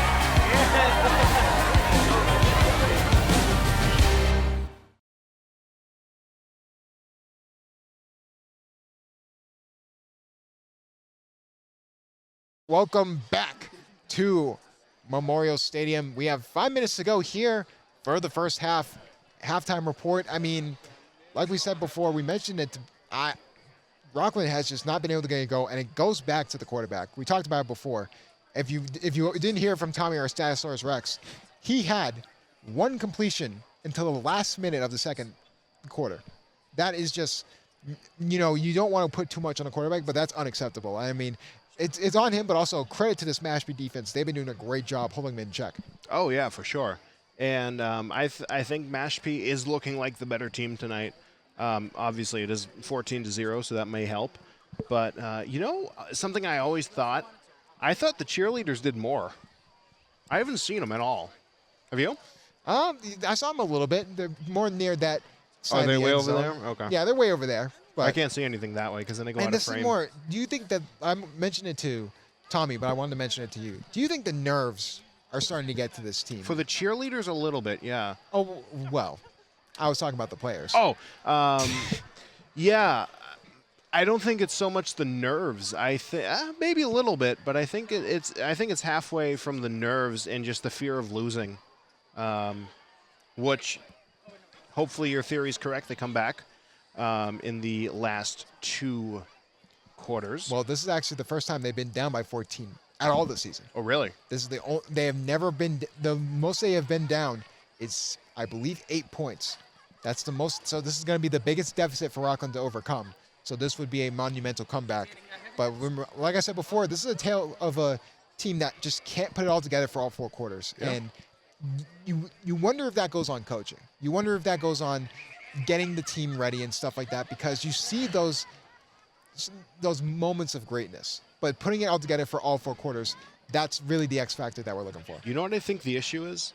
I think so. They start in the locker room, and then obviously they come out, and then they're doing their drills, and then they headbutt each other, and they forget everything the coach just said. I think that might be what the issue is. I don't think that's. Well, I don't know. With the way they play, I would not be surprised. But we're going to get right into our freezing factor of the half, and that's going to be our segment going forward for these next 4 games. Obviously, we mentioned before, a lot of people here. It's almost crowded over at the concession stand. I mean, it's been a great turnout, and obviously Rockland trying to help out this team and, give them a win to go home happy on. But what do you think is the freezing factor for, let's say, for Mashpee? What do you think is the freezing factor from them from even getting better? I think it's that run defense. I think that could be greatly improved. I think that's the case for both teams. Yeah, I fully agree. I mean, the run defense has been, especially, Daniel Alade is just having Rockland's number and calling it multiple times. He's doing a really great job out there. He really is. He's really been the X factor for that team. Yes, for sure. I mean, what do you do to stop a guy like that? Do you just load the box? You just put more players you gotta tackle there him. on that line of scrimmage? I mean, if you gotta get physical at that point. That's always a good route to go. If you don't want to get physical, you have to get mental, and that's the point where you call him names. Yeah, I mean, overall, you're hoping for a better half. I mean, obviously, with how I know this coaching staff is, every word under the sun is being said in that locker room. So hopefully they can come out a little bit of a fire. They got a little bit of a push there. They got a couple sacks and end of the half, so maybe that's a little bit of a momentum changer when it comes to that. But you mentioned the freezing factor, and I would agree with you too. I mean, the run defense, Daniel Alade has been having his way. I thought at least the defensive linemen and the defensive ends were going to be good, and the linebackers are going to be something to look out for. That front 7 looks horrific from front to back. I mean, they have been not being able to make tackles, and I mean, the offense, while struggling, they have been, pushing against this Mashpee team for a little bit. But I mean, again, the Mashpee defense, it goes back to Hatch. I mean, you can only throw it in double coverage so many times before, that it's going to get picked off. And that's exactly what they try to get points before half, and that's exactly what happened. Yeah, I couldn't have said it any better myself. Actually, I probably couldn't have said it myself. Yeah, exactly. Yeah. But overall, I mean, we have a little bit. We have 20 seconds to go, and then we're back in this game. I mean, obviously, one thing I'm really happy for WRPS is obviously the turnout from all the fans, but also all the Everyone's people. here to watch me. Yeah. And you. Yeah, exactly. And Tommy. Especially Tommy. Especially Tommy. I think everyone's here for the Tommy stat segment. I bet the viewership actually peaked at halftime. There are 200 people watching, and they stopped watching after the Tommy segment. They're like, we're done. And then they're like, okay, so it's got about 24 minutes left in the game, so they come out, okay, we'll be back in 30 minutes to see that end of the show Tommy segment. Yeah, the post-game show as well. Of course. But, I mean, we'll try and get back out into this game. But, again, should be a fun one because we do have 4 straight home games. This is the first of 4. But remember, this is non-league, so it doesn't hurt the Bulldogs, but it's going into conference play next week. It doesn't matter at all, actually. This game means nothing. So I don't know what was going to happen there. I was just hoping something was going to come out there, but nothing happened. Just end the game. It doesn't matter. Yeah, it doesn't matter. So just go take a nap. But it's also just good momentum going into those conference games because the last thing you need is to feel good, 2-0 start, and then you just get absolutely blanked. First home game, and all of a sudden the nerves start getting to you. And then you're going back home again and again and again. You wonder if that's a little bit of a curse. But now, what do you think the coaches are thinking right now? Do you think it's? Let me rephrase this. Do you think they think it's on them, or do you think they know it's on the players? I think they know it's on the players. I think it goes back to Hayden Hatch. I mean, Tommy brought up a great point that I'm really surprised that he brought it up. He said, if the quarterback does bad, the rest of the team does bad. True. Because that is the leader of the group. And I mean, Hayden Hatch, first 2 games, he had a couple missed throws, but he wasn't throwing it into double coverage both of those games. They were actually good passes and accurate passes. Whatever passing plan they had going into this game, Hatch just completely abandoned it, and he really has to surefire that going into the second half. Yes, I'd have to agree. And that was a great point by Tommy, wherever he is. I don't know where he is now. He's downstairs. He's downstairs. Hi, Tommy. He's downstairs. He's listening, though. Yeah, exactly. Yeah. And that's exactly why we have the stats segment. Yeah. That's why we don't call it Cooking with Tommy. Want to give a special shout out to all the people watching on YouTube. Yes. Definitely streaming live on YouTube and also on local programming. Yes. WRPS 80.3. Nope. It would be WRPS channel fill in the blank. 88.3. No, I think it's Stadium, I think. that's the radio, Oh. not the TV channel. Oh, yeah. The TV channel is different, but we are on local TV. Oh, we got that LaCory cam back. So remember, with how the first half happened, Mashpee is getting the ball back at the beginning of the third quarter. That could be a momentum. You need a defensive stop. And I don't want to say it's for the game because it's still so early in the game and momentum can change on a dime. But for the momentum and for your guys and for having that morale stay up, you need a stop. You need a 4 and out. You need a turnover on downs. Yeah, for sure. Those and they got to get a little better on. I was gonna say something specific, but just about everything. Yeah. And I think they're really feeling it now. I'm just looking at LaCory and Kimball just kind of using their body language down there. You can see the coaches. They're all kind of trying to motivate the players, or Anzi is at least, and everyone else is kind of sulking. Yeah, we talked about it before, but LaCory, especially Damon, those are guys that will yell and get in your face. They want you to get pumped up, and that's exactly what happened in the first half. This is a team that was down 8-0 going into their first game, and then they came back in the second half and was a better team. So you're hoping for a little bit of that coming from this team, but like we said, Mashpee will be getting the ball at half. So a little bit of a meeting of the captains in the middle. Yeah. It's not a out of reach game by any means. No, definitely doable. But with the way Mashpee is playing, running the ball, they've been doing a great job. So it's going to be really interesting. Getting a little zoom on that center action. Obviously, a very nice day here for some Rockland football. Yeah, and shout out to the WRPS crew. I'm not going to name everyone again. Yeah, you can go back in the video for that. Yep. Back. You can go back in the live stream. And then you can come right back. Okay, they're running back. Oh, see what I did there? Running backs. Yeah. That was pretty good. They had to prevent a run back from the returner. And you can definitely feel like this is a team that, like we said before, has the potential. We've said it before many times. They have the potential. They just have to put it together for all 4 quarters, and they haven't been able to do that. But what you're hoping for is a constant from the past 2 games, and now they come alive in the second half. Yeah, and hopefully that's the case, and we'll kind of see what happens. There's not much we can do because we're up here. We can criticize all we want, but we're up here. Yeah, exactly. Oh, something's happening. At the end of the day, commentators. Yeah, commentators. That's all we do. Yeah, provide commentary and play guitar on October 4th. Yeah. play Wonderwall. Anyways, going into the kick. A deep kick there for McDonough.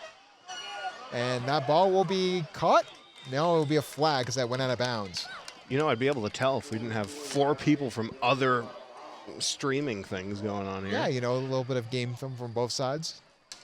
So the ball, I believe, will be on the 40-yard line for Mashpee as a result.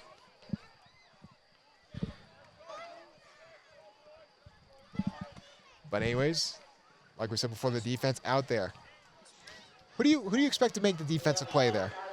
Who's someone you're looking at? Are you looking at someone like a Brody Nicholson? Yeah, maybe a Brody Nicholson.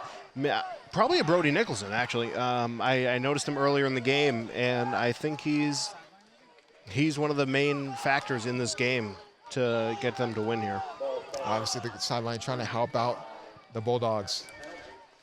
McDonough, obviously, the quarterback over there. Alongside with Benson and up top, Pleasant. Desenia. Just going to go under center. The water boy is about 3 feet tall, by the way. Yeah. And they're going to go for a fake around, going the other way. Number 4, getting into open space, trying to get a man to miss. He does. It's a foot race going there. And finally, McDonough drags him down inside the 30-yard line for Rockland.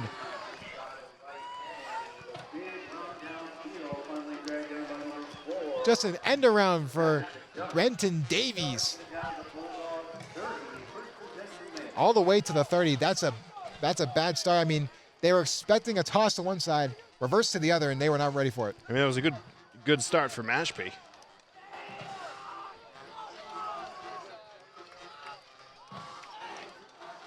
So all of a sudden, you still just need that defensive play by someone.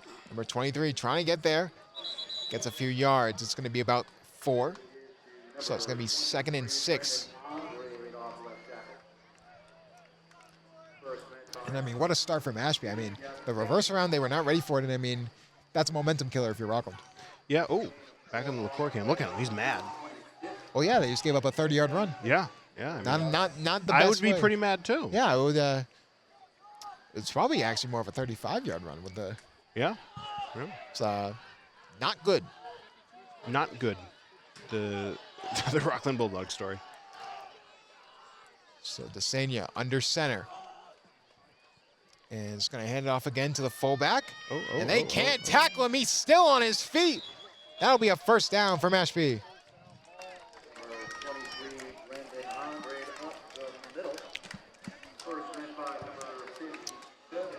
23, Brendan Andrade.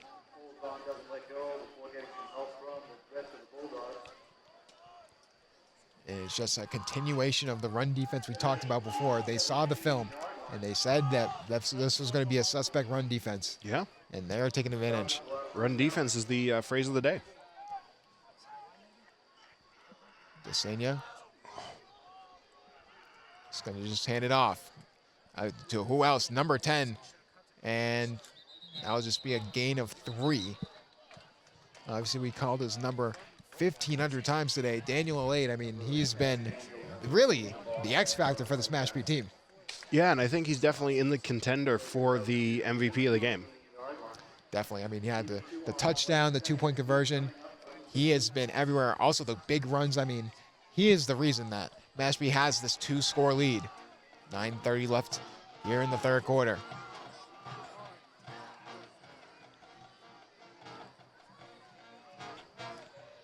Desenia under center again.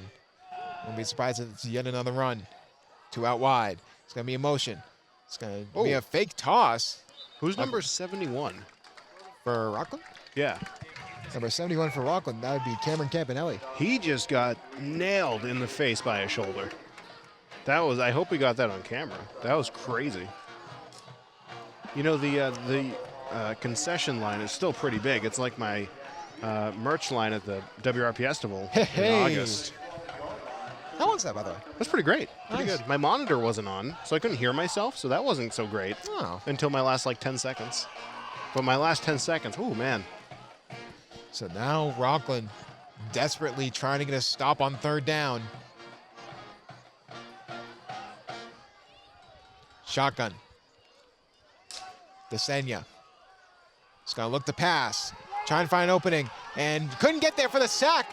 Trying to get it away. Oh, and what a catch. And that will be a first down for Mashpee. Is that a first down? They're just double checking. And yes, it will. 1st and goal now.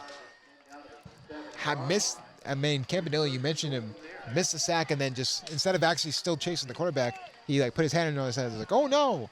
You got to really just focus on going after the guy no matter what. So It's normally a good play. Desenia again. Mashpee threatening to really take a commanding lead here.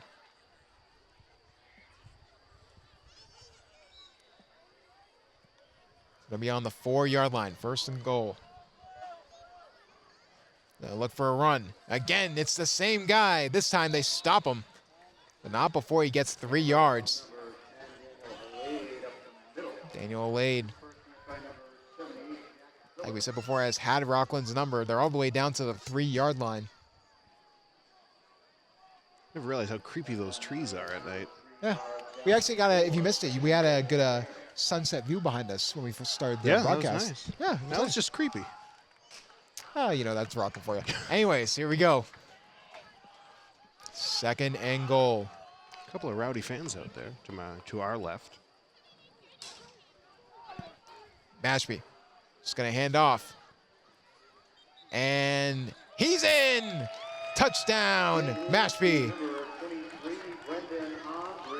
That's 20-0 Mashpee. And that's Aubrey on the carry. And the score just grows and grows for Mashpee. like my appetite as this game goes on. Absolutely. Go take a pop by the concession stand, get some popcorn. There you go. Danny, how you feeling about the game? Pretty good? Okay, it's good. Talking to our cameraman over here. And they're actually going for the extra point. Ooh. Or it's a fake out. They could be. Mm. I mean, they've They've done pulled that. They pulled some trickery out of their sleeves before. I would not be surprised if that's the case. It's like when they do that pickoff in baseball. And what a kick there. It's good. Is that? Are you sure? Yes. Okay, that one's good. That Yeah, I one's looked at the refs this time. good. Good idea. And I mean, it's just getting worse and worse for Rockland. Commanding 2-0 start to the season, and of course we mentioned it before, it's a non-league game. It's not like it doesn't matter. Obviously every game matters and to a certain extent, but especially non-league, you want to use this game as a primer for the actual conference games, and not a good start. No. And do you think at this point, do you think Rockland's even going to have a shot at coming back? There's always a shot. With how great Mashpee has been on really all the lines here. If you ask me purely off talent alone, I would say yes. But with how the game script has gone for Rockland, they've just been struggling from front to back. I mean, it's been a rough day, for lack of a better word. So they'll kick it over. Number 80 again. They're just going to try and get something to go. Trying to make a man miss. Trying to bring it up. Gets it up to the 40-yard line. I'm getting deja vu. He did that last time. Oh. You know, as you said, this could. Oh, geez. I mean, what we can talk about is, I think you have to score before the end of the quarter. You have to give yourself at least a shot going into the fourth. Got the Damon cam right on his face before he turned. I hope he turns back to the camera. Obviously, McDonald, the offensive coordinator for the Bulldogs. You know, the band, they were still playing. You know what my favorite song the band does? What? Deck the Halls with Chips and Salsa. Wow. It's Deck the Halls and Tequila. Nice. It's fantastic. So here we go. 2 wide receivers out wide. Hatch. And, oh, lost the ball. Forced to fall on it.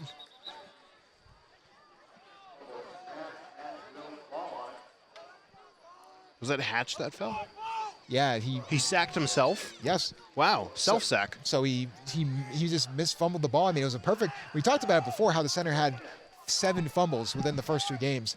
They haven't had a problem with that this game, but Hatch is just getting in his own head. I mean, you got to just hope that he can get out of this slump soon so they have a chance at a comeback. But True. will the captain stay afloat or go down with his ship? Oh. So trips right. Hatch, Marvelous in the backfield. McDonough on the end around. And we'll just hand it off to Marvelous Pleasant. Nothing's there, but actually could get a man open. Hurdles a man, trying to get back to the first down marker. Gets about 2, so it'll be 3rd and long.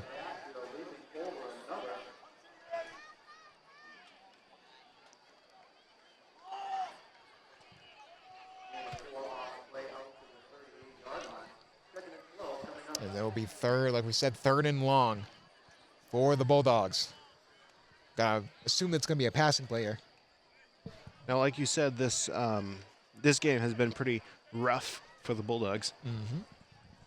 See what I did there? Yeah. Rough. That's what I did the first time. Oh, you did? I wasn't sure you. It's so nice you had to do it twice. I know. Ooh, 3 And times. it's gonna be a actually. pass here for Hatch. Trying to find open man. Absolutely drilled by the defender. That's gonna be pass interference for Rockland.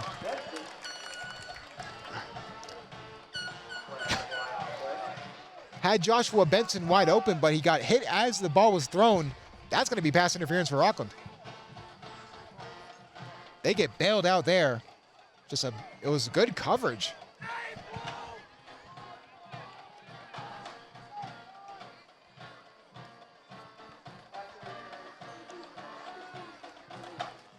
So it's a 15-yard penalty from the spot. So it'll be first down for the Bulldogs. I mean, they're getting bailed out with so many penalties, and they've been able to control the discipline part of it, but that's only a part of the recipe if you want to bake some cookies. Or scones. I like a good scone. I'm not a scone fan. You're not a scone fan? Not really. You haven't had my cranberry orange scones. Oh. Maybe taking you up on the offer. Trips right. Hatch is going to fake off. Trying to hand it off to Marvelous Pleasant. Trying to drive forward, gets about 3. Blueberry orange, huh? Cranberry orange. Cranberry orange. Cranberry orange. That is peak. While we have a moment, we'll talk about the mascot matchup between both these teams. Obviously, it's the Rockland Bulldogs against the Mashpee Falcons. Who do you think wins that matchup? Between a Falcon and a Bulldog, is the Falcon coming in from above? Obviously. Okay, so the Falcon's coming in from above. And what type of Bulldog are we talking? Are we talking like standard Bulldog, American Bulldog? Probably standard. Standard, okay. So we got like the kind of buff Bulldog. I don't think the Falcon's going to be able to lift up the Bulldog. So I think it's going to try to get the Bulldog. And then the Bulldog's going to turn around and grab it. I think the Bulldog wins this one. And Marvelous Pleasant on the carry there. There will be a flag there, so a little bit of laundry. I think the Bulldog would win that matchup. Yeah. Purely because the moment the Falcon gets plucked out of the air, Exactly. it's done. ineffective. It's done.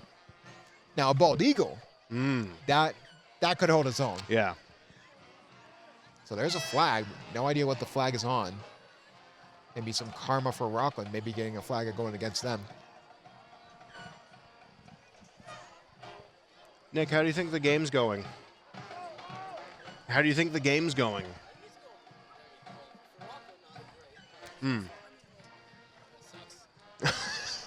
Obviously. So Nick does not think the game is going well. Well, obviously, but, we're having fun here at WRPS. That is true. That is true. Look, you're cold?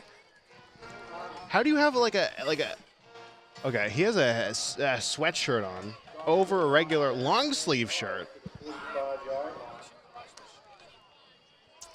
But it's going to be a holding call against the Bulldogs. Yeesh.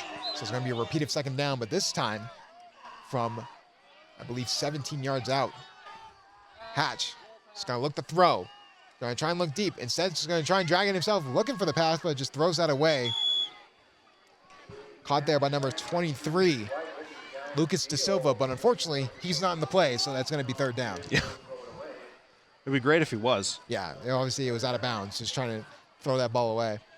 The rollouts have not been working here for the Bulldogs.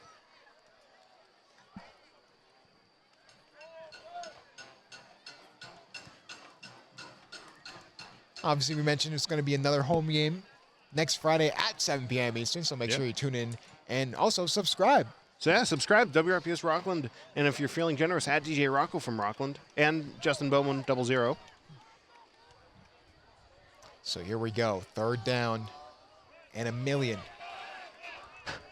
It's going to be wide set. Hatch, McDonough in motion. And That was quick. it's going to be a flag.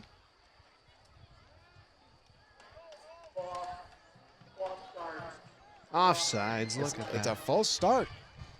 He said offsides, I think, no? He said false start. False start? Okay, I can't hear. It's okay. Color me shocked. I didn't see the false start on my end, but I think it was 78. otherwise I think the refs have been doing a good job today. Yeah, you can't say they're too bad, unlike those hockey refs. I've not seen the hockey refs firsthand, so that's going to be interesting. Hockey refs are the worst. Not even just in high school, just Have you? everywhere. What was your experience last year? Any They bad were- ones? Not really. Not that I remember. But with that being said, it's third down and I believe that's 23. So a lot of space to try and come up. Hatch looking to throw. You got to throw the ball. And There he you throws go. it down the right sideline, and that ball is caught! What a play! But hold on. Did he catch it, or is that an interception?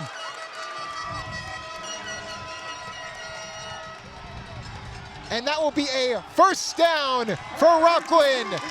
Thanks to 85. Will Carpini. Will Carpini with an outstanding grab in traffic, Wow. bailing out the Bulldogs. First down. Ooh. Getting fancy over Like there. that caught call? That was nice. That was nice. Add a little base to that one. Oh, and trying to catch him.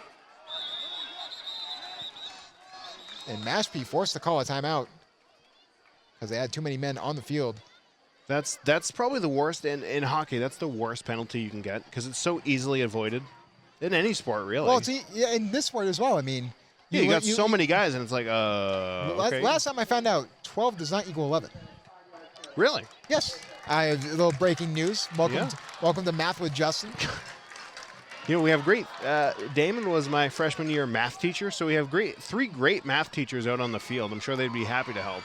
Well, I think the math teacher would say that 21 is better than 0. So obviously they're trying to make that score even.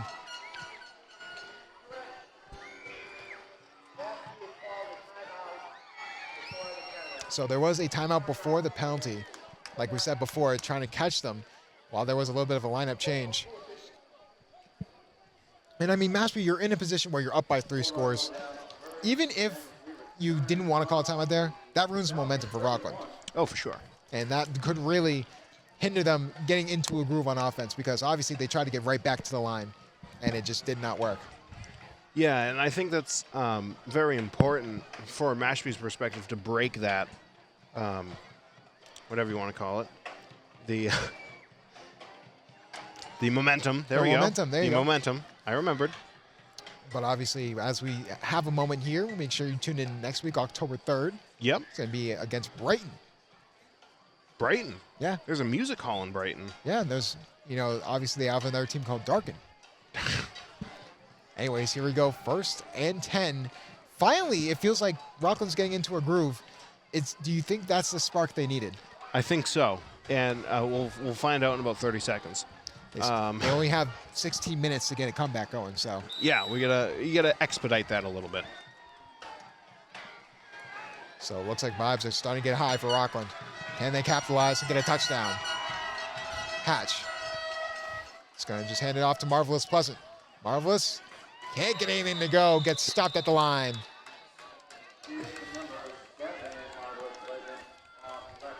Offensive line leaving much to be desired here for Rockland. Yeah. Yeah. Couple skateboarders behind us. Yeah, it's a cool Bikes. little, They're on bikes. I will say, obviously we talked about it during the baseball season, but a little construction. Yeah. The elementary school, but also the field behind the elementary school is I've been really there. nice. It's really good. Yeah. Yeah. So They do football games there too, right? they do. Oh. I actually saw an Ultimate Frisbee game there earlier before we all got here. I didn't know that was a thing. I didn't know either. Oh. I was standing here. I was standing on top here, and by myself, and I saw Ultimate Frisbee, and they were cheering. There was a crowd. How was it? It looked good, but obviously we have a man down on the field. Is that Marvelous Pleasant? No, that is not. 71? 71 is Cameron Campanelli. Oh no, not Cameron Campanelli. That's a bad injury to get. It looks like he will walk it off.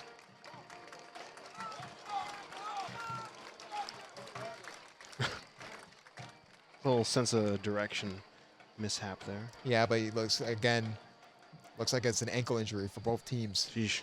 So obviously hoping for speedy recovery.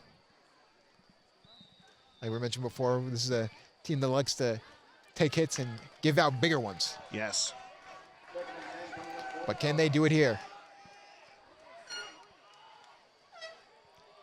2 wide receivers to the left, 1 to the right. Looking the pass. Hatch running out of time. Going to be forced to get out of the pocket. Trying to find open man. You jabroni. And trying to draw a penalty.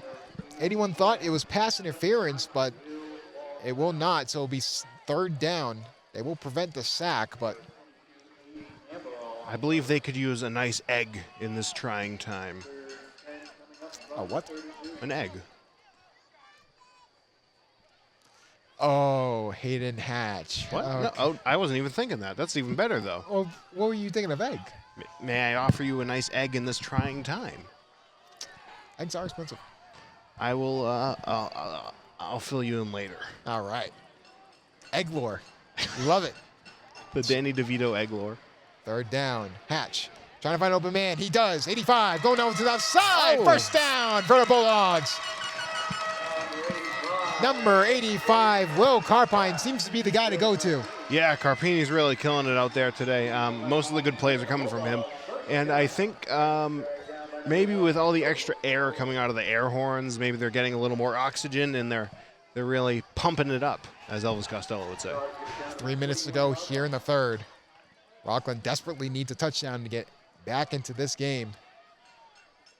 And Hatch will look to pass again. This time, this is, right through the hands.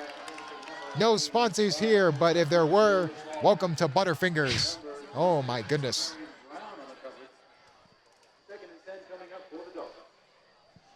So now it's 2nd down. Will Carpini, like we said, bailing out this team. Third down and just fantastic run after the catch. So looking for those out routes, those ones that go 5 yards and then away from the ball. Definitely going to be useful for Rockland. 3 wide receivers left. Man in motion, McDonough. And it's just going to be a handoff to Marvelous Pleasant, trying to find an open room, trying to stiffen arm him, man. And that will not even get that much. And looks like it will be a solid gain. Not enough to make it 3rd and short, but it will make it 3rd and 7. Pretty good.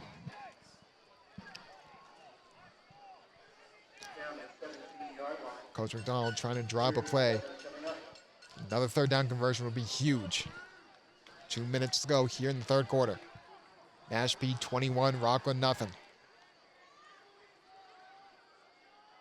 And catching them offside. That's the 3rd time today. Maybe that's the freezing factor that they need. The offsides. The penalties have been insane. There have been a lot of penalties, and that's probably going to happen with hockey too. There was a lot of penalties last year. Not as bad as it could have been. You can do it, chance breaking out. You can't do that. You can't do that. Yes. Oh. Because they're talking about the penalty. Ah. Because that would hurt your team more than it would help it. Are you only going to say sounds now? But here we go. 3rd and short. I believe it's 3rd and 2 for the Bulldogs. Hatch. It's going to just hand it off to Marvelous Pleasant. Trying to get around one man. And that will be a 1st down for Rockland. Nice. Good little run there. Like we said before, the shiftiness of Marvelous Pleasant. Not the fastest guy in the room, but someone who can definitely create space and make a guy miss.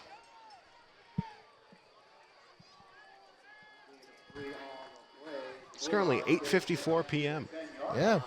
Is this still the 3rd? Yes. I was told this game would be over at 9 p.m. according to the ChatGPT email, but that's the guy who got to scroll past the ChatGPT. oh, okay. Those darn robots. Yeah. But anyways, ball on the 9, so it will be 1st and goal. 1:30 to go here in the 3rd. Bulldogs looking for a score.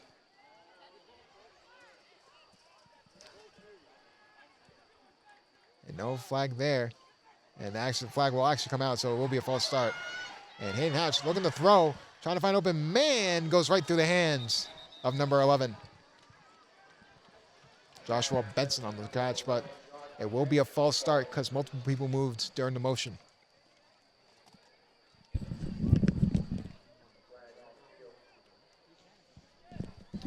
So now it's going to be still 1st down, but it's going to be 1st down and 14. Ooh. So bad situation to be in if you're Rockland. It's doable. Yeah, I mean, at this point, you guys just keep passing the ball. Yeah. Running the ball is not going to get you anywhere. Like we were saying, that run defense, but also what about the run offense? That's another factor. Obviously, your goal for Rockland is to get 2 touchdowns before having to use any of those timeouts. True. So. Or just like 7 touchdowns. That could work as well. Yeah. That's the first really mental mistake we've seen from Rockland today, which is very interesting. I'm nodding like. Was holding from Rockland. So it's going to be 1st and goal.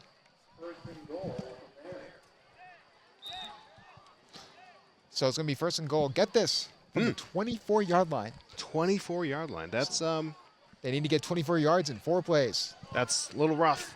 Doable, but. Hatch. And catching them off guard again. Well, that's one way to do it. Another, I believe, offsides there for the defense. 5-yard penalty. So is that going to be 1st and 19? Yes. Look at you go. Look at me. Obviously, apologies for the little bit of a delay there, the little bit of technical difficulties. We lost power. Too much power being used towards the Bulldogs to get a touchdown going here for the end of the 3rd. 1:03 to go. It's still a 21-point lead for Mashpee.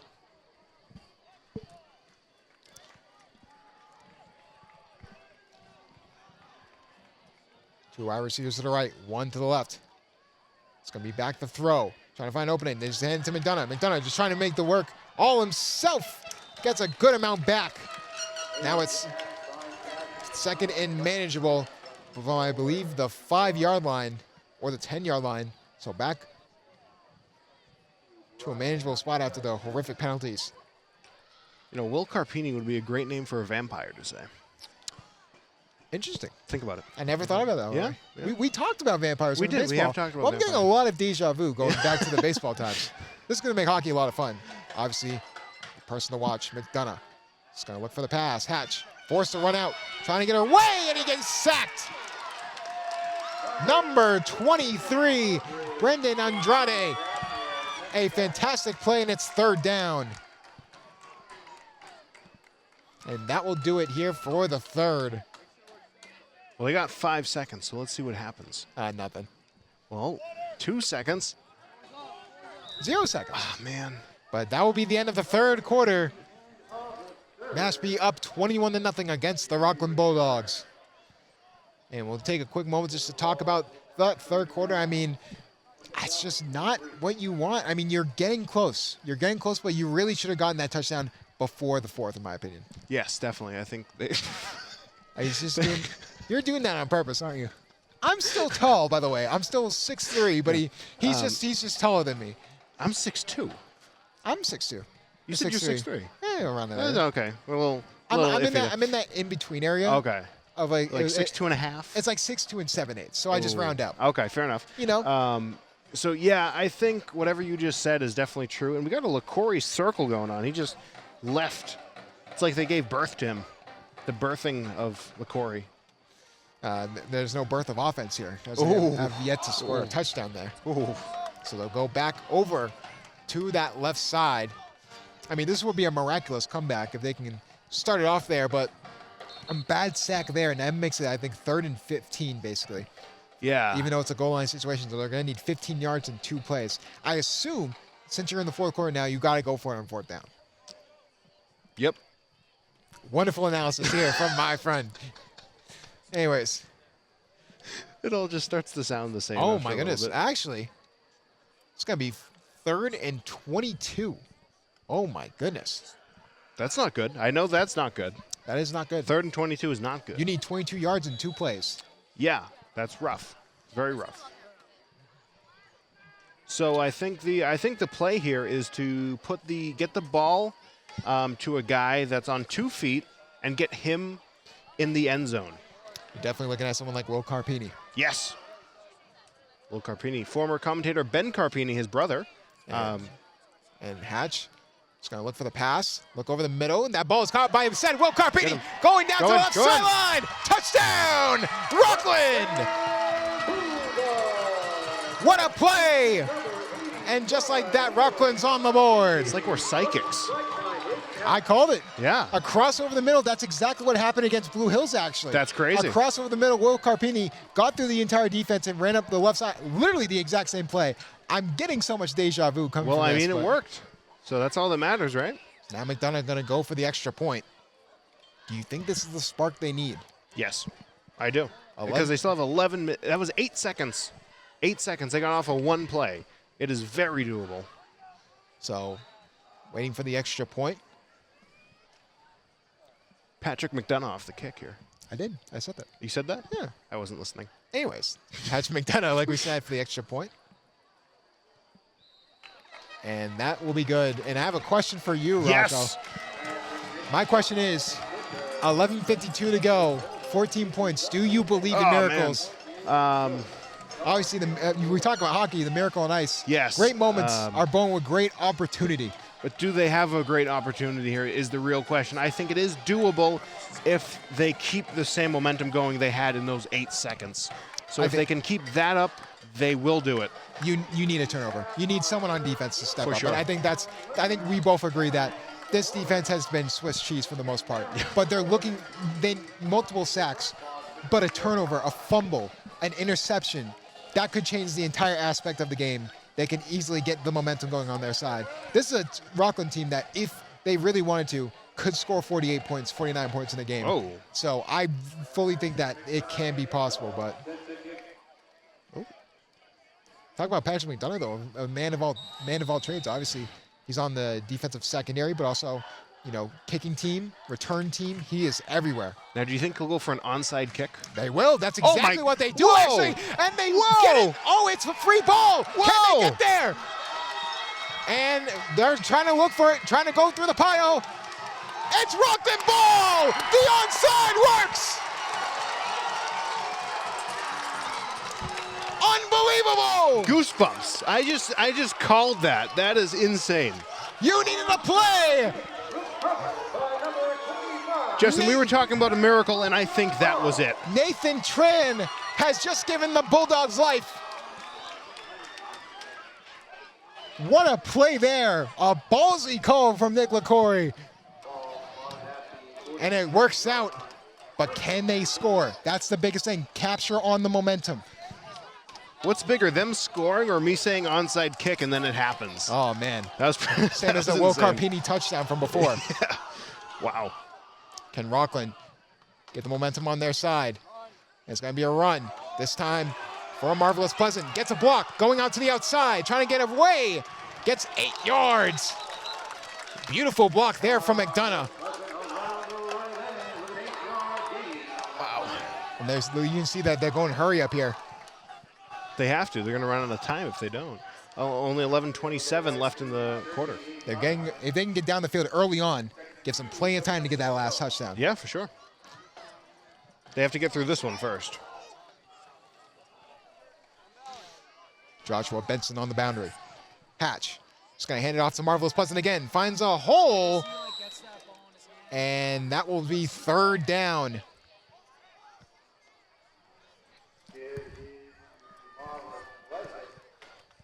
Third and inches here.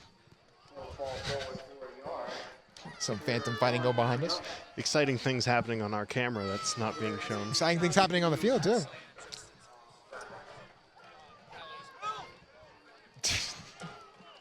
Crazy callbacks are being made. Memories between me and Director Seth. Actually, Director Colin, Seth is just kind of here. He's not doing anything. He's just kind of standing And there. will that be a first down? Oh, okay. No, they will actually not give it to him. 3rd down in inches yet again. It was 3rd and 1, but it's going to be 4th down. So that will be interesting to see what they go for here. They got to capitalize. They need to get this down. This would be a huge stop for Mashpee. Who has the ball right now? Oh, I think it's going to go to Hayden Hatch. Okay. That's what I thought. And they will actually call a timeout here. Timeout. That's very bold. Using that timeout this early on. Yeah, it's only been exactly 2 minutes into the 4th quarter. Exactly 10 minutes for Rockland. This is a big 4th down.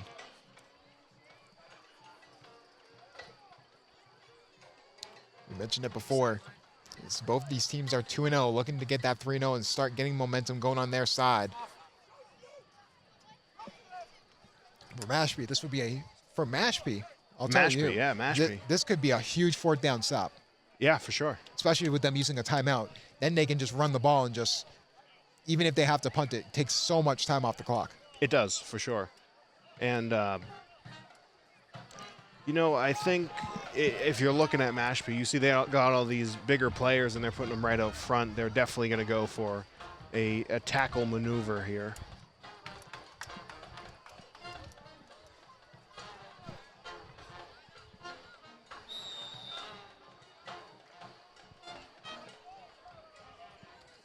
So here we go. Hate to say it, but probably game on the line here with this situation. 4th and inches here for Rockland. 22 in the backfield with Pleasant. Hatch at quarterback. McDonough out wide. And they're just going to hand it off to Marvelous Pleasant, and he will get the first down. Great way to keep the drive going for Rockland. They're going to have to hurry it up. Time now ticking. Desperate need of a touchdown. 2 touchdowns.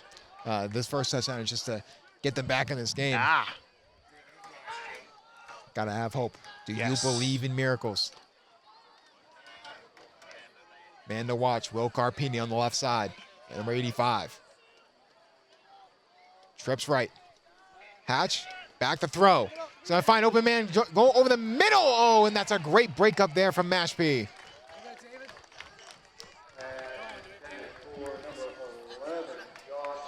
Trying to go to Joshua Benson there, but could not connect. So now you get the time stop, so you have time to think of a play. Probably going forward, you're probably going to go for one of those passing plays just because. Rocky Horror Picture Show. Yes. Thought of a play. Oh. On 2 or on 1? That's the main question. It's a great question. So here we go. Trips right. 1 to the left. Hatch. It's going to be back to throw. Just trying quick pass over to Will Carpini. Trying to make a man miss. He does. Trying to get a move. And he's out, but not before getting inside the 10-yard line. What a maneuver. Rockland showing signs of life. And the unsung hero, we talked about Mashpee's unsung hero, number 10. Now we're looking toward Will Carpini, and he's been a great factor here for this game. Yes, for sure. And what are we at right now? First down, first and goal. First and goal from the 10. Woo! He was out at exactly the 10-yard line. Do you think they go for the same play that succeeded them last time? We'll see. Definitely going to be a pass-happy offense here for going forward for Rockland. And it's going to be another pass. Trying to find opening. He can't. Hatch going to throw it down to the left side. Almost caught, but it will be dropped and deflected.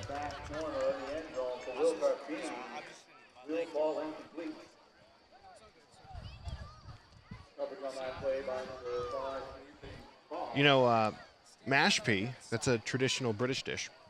Yes. You know, one of the main dishes of Britain. Makes me wonder what culinary arts are over there other than Gordon Ramsay. Gordon Ramsay, got Robert Irvine as well. That's true. Love Robert Irvine. And then the controversial Jamie Oliver. But can Rockland cook up a touchdown? Ooh! That is the main question. Look at you. Trips left. Hatch. It's going to be yet another pass. Looking for an opening. Hatch can't find anything. He's probably going to take it off himself. Instead, finds an open man in the end zone. Caught! Touchdown! Rockland! And who else? The superstar sophomore, Patrick McDonough. This is, it's getting real. It's getting real. And he may have caught the touchdown, but he may have hurt himself in the process. Oh, no. This is a bad injury to get if you're Rockland, a big blow. McDonough unable to get up on his own power. You don't need to do as much movement, you know what I mean? You can hear the deafening silence. It got very silent. You can tell that this is a big injury for Rockland. They can probably hear us talking right now. So they will go for the extra point. Actually, I don't even know if they will go for the extra point because that's their kicker as well. Yeah, that's true. So they might go for the 2 points. They might have to. They might have to. Going for the 2-pointer. I mean, hopefully he's okay. McDonough gets up. Oh, he's walking. And he's walking. He's going back on the field. What a trooper. Let's hope it wasn't his kicking foot. Unbelievable. He probably just got the wind knocked out of him, but I mean, what a trooper for still getting up. He's still playing. He's going back to the sidelines here. He's going back but to the he's running to the sidelines. Still a trooper for getting up under his own power. I mean, a fantastic catch. Oh, yeah. Back in the end zone. What a pass from Hatch. Hatch is really coming alive here in the fourth quarter. He is. So they will have number 12. Dustin Ayer will be the kicker. And, oh, my God, it's a fake. Trying to go for the 2-point off the surprise. But obviously it's no good. Really? A questionable call. Instead of just going for 2 there, now they're going to need a touchdown and a 2-point conversion to tie this game up. 8:57 left in the second half of the Rockland Bulldogs home opener here at Veterans Memorial Stadium. I am DJ Rocco from Rockland, joined by Justin Bowman, and we are on WRPS Rockland. I mean, McDonough somehow, some way, he's out there. Nick LaCroix checking in with him, making sure he is okay. And he's walking up under his own power. He probably just got the wind knocked out of him, but I mean, again, this guy, he's going to be a stud for years to come for Rockland. He's only a sophomore and he's making plays like that.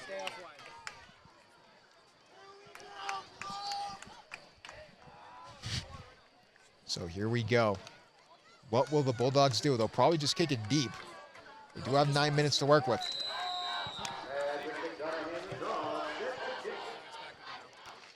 So kickoff here for Rockland.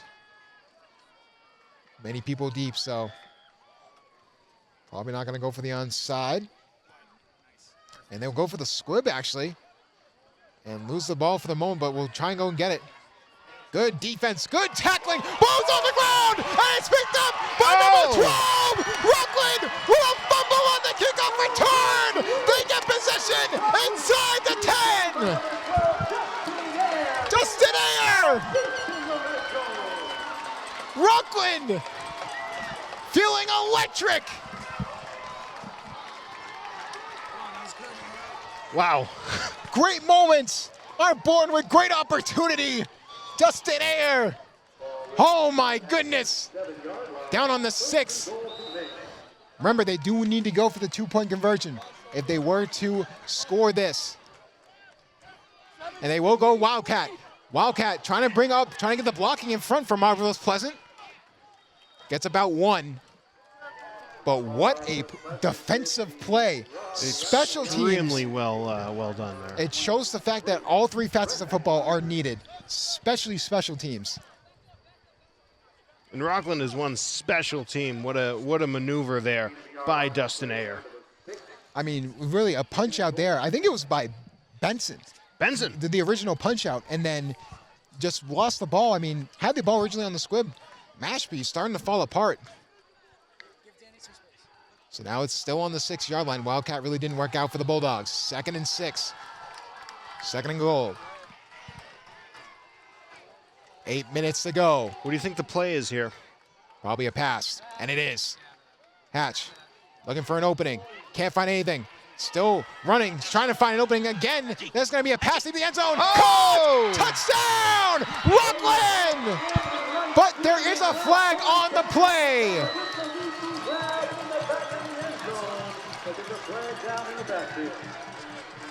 And it looks like it could be against Rockland. Marvelous Pleasant dropped to his knees when he saw that flag.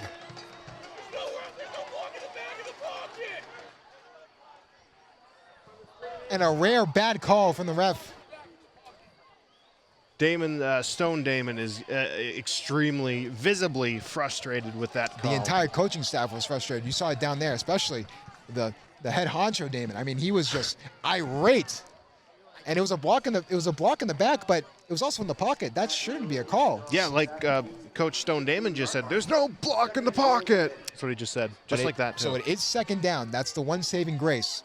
And now you got a little more to work with. Yeah. But again, momentum all on Rockland's side. They know exactly what they need to do. McDonough could get open again. Look at McDonough. Look at Carpini. Marvelous Pleasant out wide. Looking for a pass. Pocket bring it down, but it's going to be a deep ball down to the right side. Caught! Oh!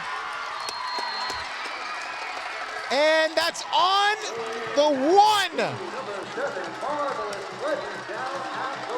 The 1-inch yard line. It did not get in for a touchdown, but what a play from number 7. They need to quickly reconvene here to get that clock to stop not being in their favor. Still have a lot of time to work with. They have 2 downs with 1 yard to go. Wonder what they go for here.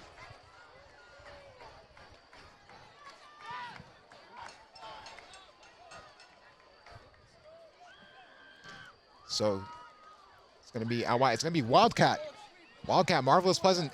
At snap, it's going to be a direct snap. Marvelous Pleasant pushing in. Touchdown, Rockland!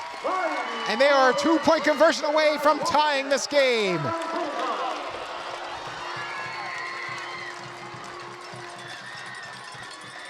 Now, do you think the play is to not so much focus on a touchdown and just get that field goal? Well, the 2-point conversion is kind of needed.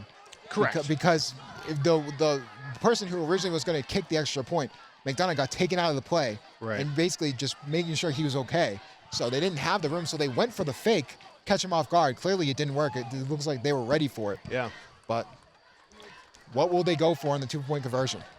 That is the main question. Hopefully the end zone. Right now it's Mashpee 21, Rockland 19. And this play will determine if we have a tie game or Mashpee will hold on to that 2-point lead. Man in motion. Hatch is going to just hand it off to Pleasant. And Pleasant trying to get to the outside, trying to push forward. Will not be able to get there. Mashpee will hold on.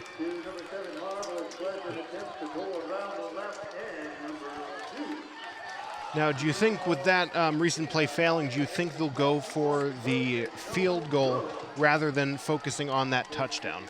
If they get the ball back? Yes. Maybe.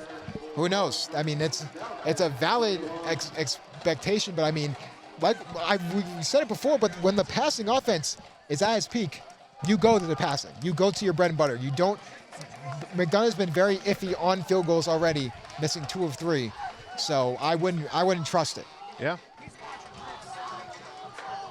Ref just got hit by the football that the other ref threw at him, and then he just hit LaCory with the football. So now, looks like a hands team out there for Mashpee. Two people backed to receive the kick. Probably another squib.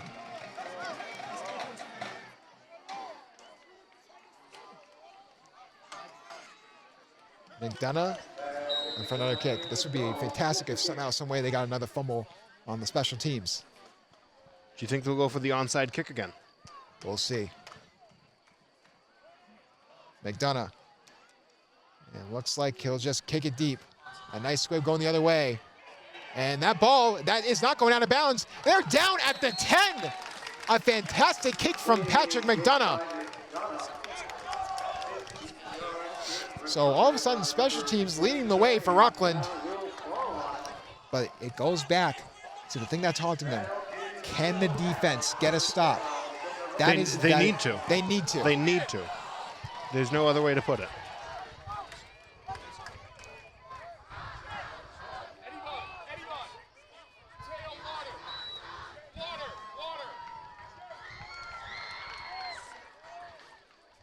So here we go, 1st and 10 from the Mashpee 10. Desenia looking to hold on here for Mashpee. 7 minutes to go. And it looks like it's going to just be a handoff going to the outside. And that's going to be a gain of 5.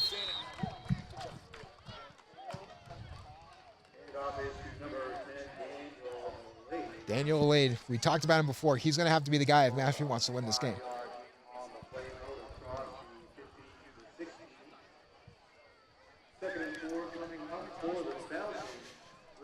So a good solid gain there, about 5.5. So it's going to be 2nd and 5 from the 15.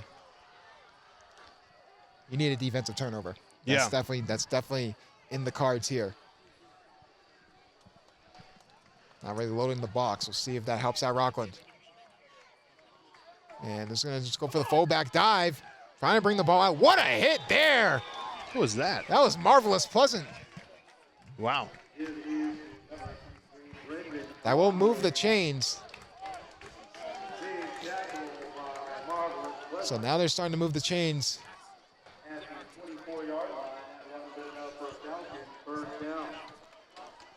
Can Rockland stop Mashpee?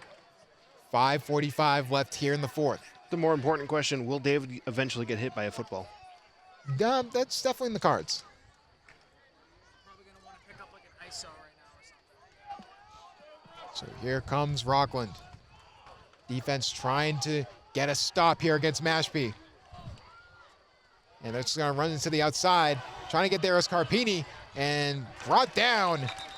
Not before a gain of 4. Took him out at the legs. Daniel Olade, we talked about before. If they win this game, he's the MVP. I mean, he's been their go-to guy. And Daniel Olade is actually hurt. He's limping off right now. So don't be surprised if they go for a fullback dive here.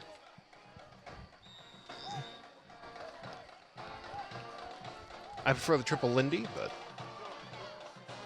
Justin, I have to ask you, who is your favorite football player? Tom Brady. Tom Brady. Tom Brady or Rob Gronkowski. Really? Yeah, one of the two. Like Rusty Lish. What a name. And again, it's going to be fullback dive. This time, nothing there. So it'll be 3rd down and short. So it'll be 3rd down and 4.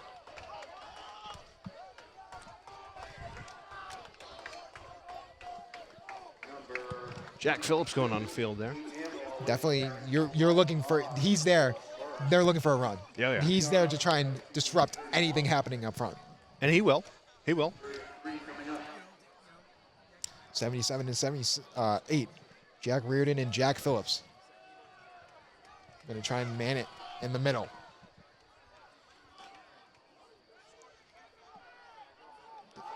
Yesenia under center. It's going to be just a run to the outside. Nothing there.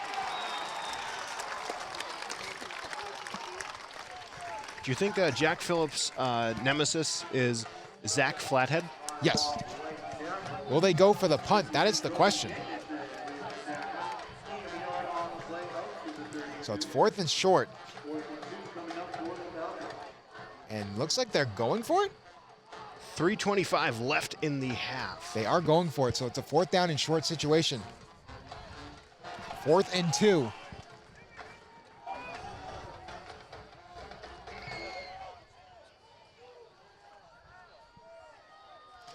Looks like they're going to crowd the box.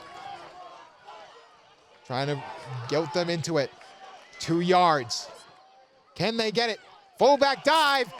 Looks like they will be short. It's going to be close. Coach Stone Damon yelling they're short.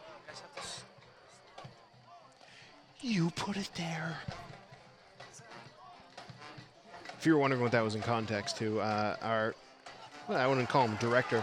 And that will be a 4th down stop. He put a light right in front of our camera, so we're getting blasted by a light, and he walks by and he says, "Wow, you guys have to stare at that?"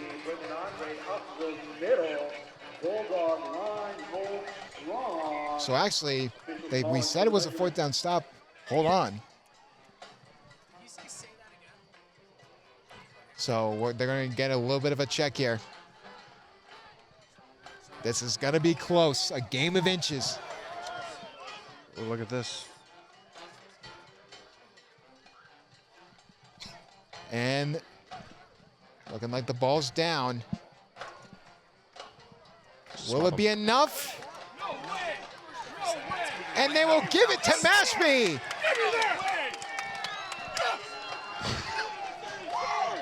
And they will give him the call. That'll be a 1st down for Mashpee. It's dead silent in here, besides the coaches screaming.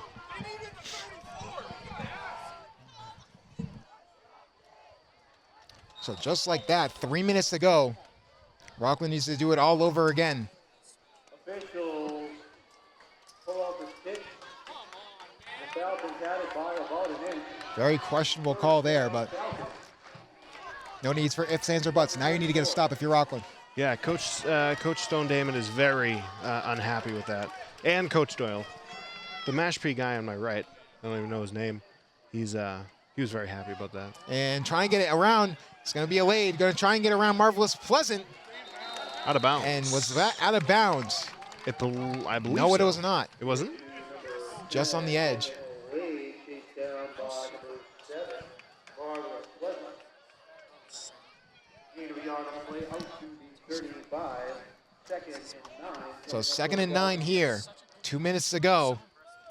Going to have to start to, after this play, you're going to have to start to burn timeouts if you're Rockland. Yeah. That's the way to do it.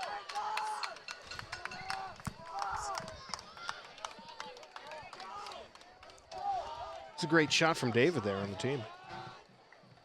Shout out to Lucas and Harry. I don't know what they're doing, but they're doing something. Yesenia under center. Just going to hand it off. Going to try and get it Alade. Alade is going to get to about a 5th of the way there, but it will be a timeout for Rockland.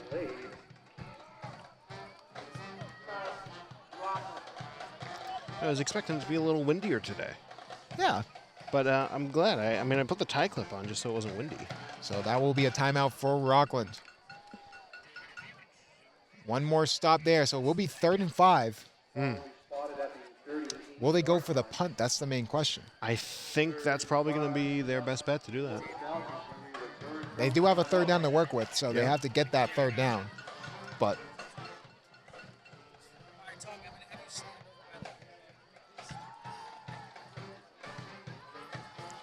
so timeout being called. Big 3rd down.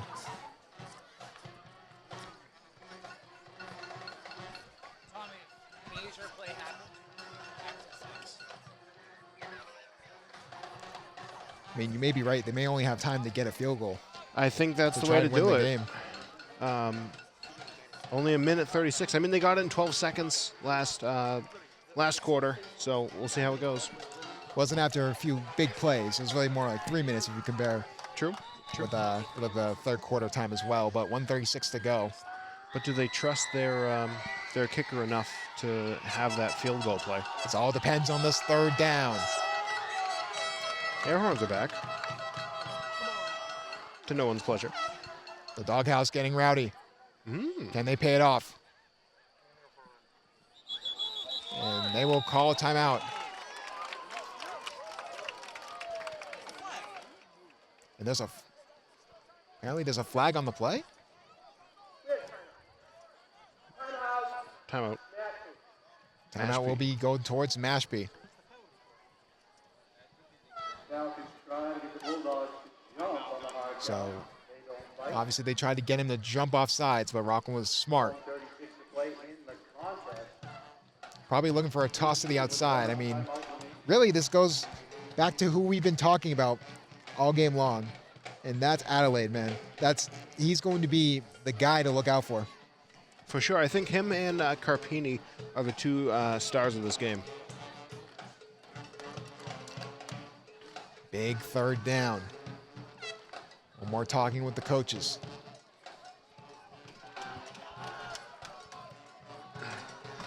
So here we go. 3rd down. 3rd and 5.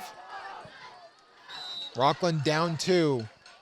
They get a stop here, they'll get the ball back. It's very tense in here. And trying to get it, going up the middle. Adelaide gets it in a lot more, bringing it to the outside. And when they needed him most, Mashpee got it. The superstar and most likely the MVP of the game came through for Mashpee. Falcons get it out to the Bulldogs. 39. And that will make it 1:20 to go here in this game. Again, all but over for Mashpee. Is it the Marvelous Pleasant kid? Who is Yeah, that? I don't yeah. know who that is. He is. It is? Definitely feeling sort of disappointed they didn't get the stop there. Looks like timeouts will not be called. They obviously don't have enough, one time on each side. And it makes you wonder, Rocco. It makes you wonder, Rocco, if McDonough never got hurt on that second touchdown grab, and he went for the extra point, and you went for the extra point again, it would be a tie game, and we'd be going to overtime. Yeah. That's just an unfortunate, thing of events happening, but Do you think they can kick it that far? no. You never know. I don't even think some NFL kickers can kick it that far. I don't know. They got Sweet D out there, but she could kick it. I mean, obviously, tough loss for Rockland, but Yeah, I mean, we got 46 seconds. Anything can happen. yeah, anything can happen. Get a little One ahead of timeout, so yourself. it's looking unlikely.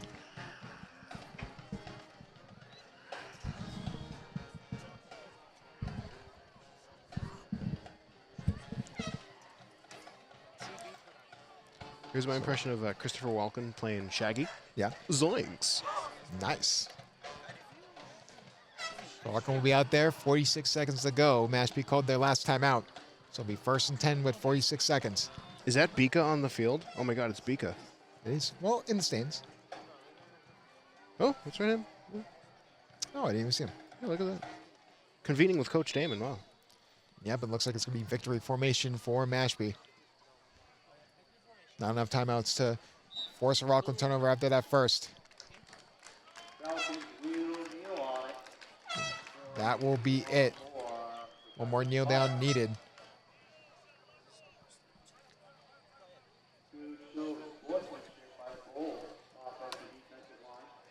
It was a really good game. It did end up being a tight game. I didn't think it was going to be. Yeah, it was. Rockland did have a decent comeback, but it just wasn't good enough. And it's the thing we talked about all the time where, yes, it's just you need to put it together for all 4 quarters.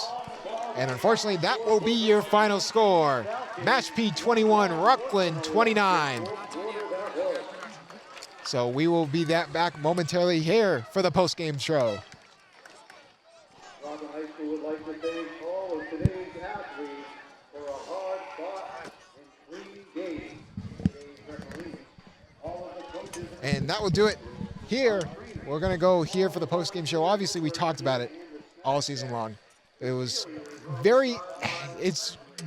you know the potential. You know the potential of this team. You know how good this team can be. And it took them all the way until basically the second half of the third quarter to really get going in. Just wasn't enough. Yeah, it was a really unfortunate loss here, but I do believe that with the tutelage and guidance of the coaches, they can overcome this loss next week on October 3rd at 7 p.m., and it's going to be a really tight game, I think, again. I think that's going to be the theme for the rest of the season, judging off of this game. Unfortunately, we have a few injuries on both sides, and we'll see how that plays out. So, what are your final thoughts? Yeah, obviously this means Rockland falls to 2-1. It's out of conference, so this is promising if they can build on this and go into the next game. But that's the biggest thing that we keep talking about over and over, and it sounds like Pandora's box. You have to put it together for all 4 quarters. No matter what, the game of football, you can't take any quarters off. And clearly, it just seemed like they did for a little bit of it. But, Rockland does fall to 2-1. They showed signs of promise, though. They did. Can they build that off into conference play next week, which is a big week? So who are they playing next week? They're playing Brighton. Brighton. That's an in-conference matchup. So that's really big, especially for taking care of the division. So we will just take a quick moment here. Tommy, hop on for stats. All right, so thank you. Am I done for the night? Yeah, you're good. All right, so follow me on Instagram at DJ Rocco from Rockland, and I'm going to hand over to the Statosaurus Rex himself. And as always, thank you. Tommy. So Tommy will come in for our final thoughts. Tommy, how you doing? Not good. Obviously. None of us are. Obviously a tough loss, but what can you take away from this game? Rockland played good. Mashpee played good. That's all I got. We go back to it all the time. It's just the run defense for Rockland has just continued to just not be good. Yeah. It's been the Achilles heel of this team all 3 games this season, and it finally bit them in the behind. And hopefully they can fix that going into next week, because at least the passing offense came alive there in the second half. Yeah, it did. So, any final thoughts? That ball that was at the first down, there was no way it was a first down. No. That was a very questionable call. Me and the announcer down there had a perfect view of it. It was literally the tip of the ball facing that way wasn't even near it. It was literally exactly on it, and they. Yeah. Mm-hmm. Very unfortunate, but hey, close only counts in horseshoes and hand grenades, my friend. But here with Tommy the Statosaurus Rex, my name is Justin Bowman with DJ Rocco and everyone else here at WRPS. That will do it for our game. Your final score, Mashpee 21, Rockland 19. We will see you guys next week, Friday night at 7 p.m. Thank you for watching.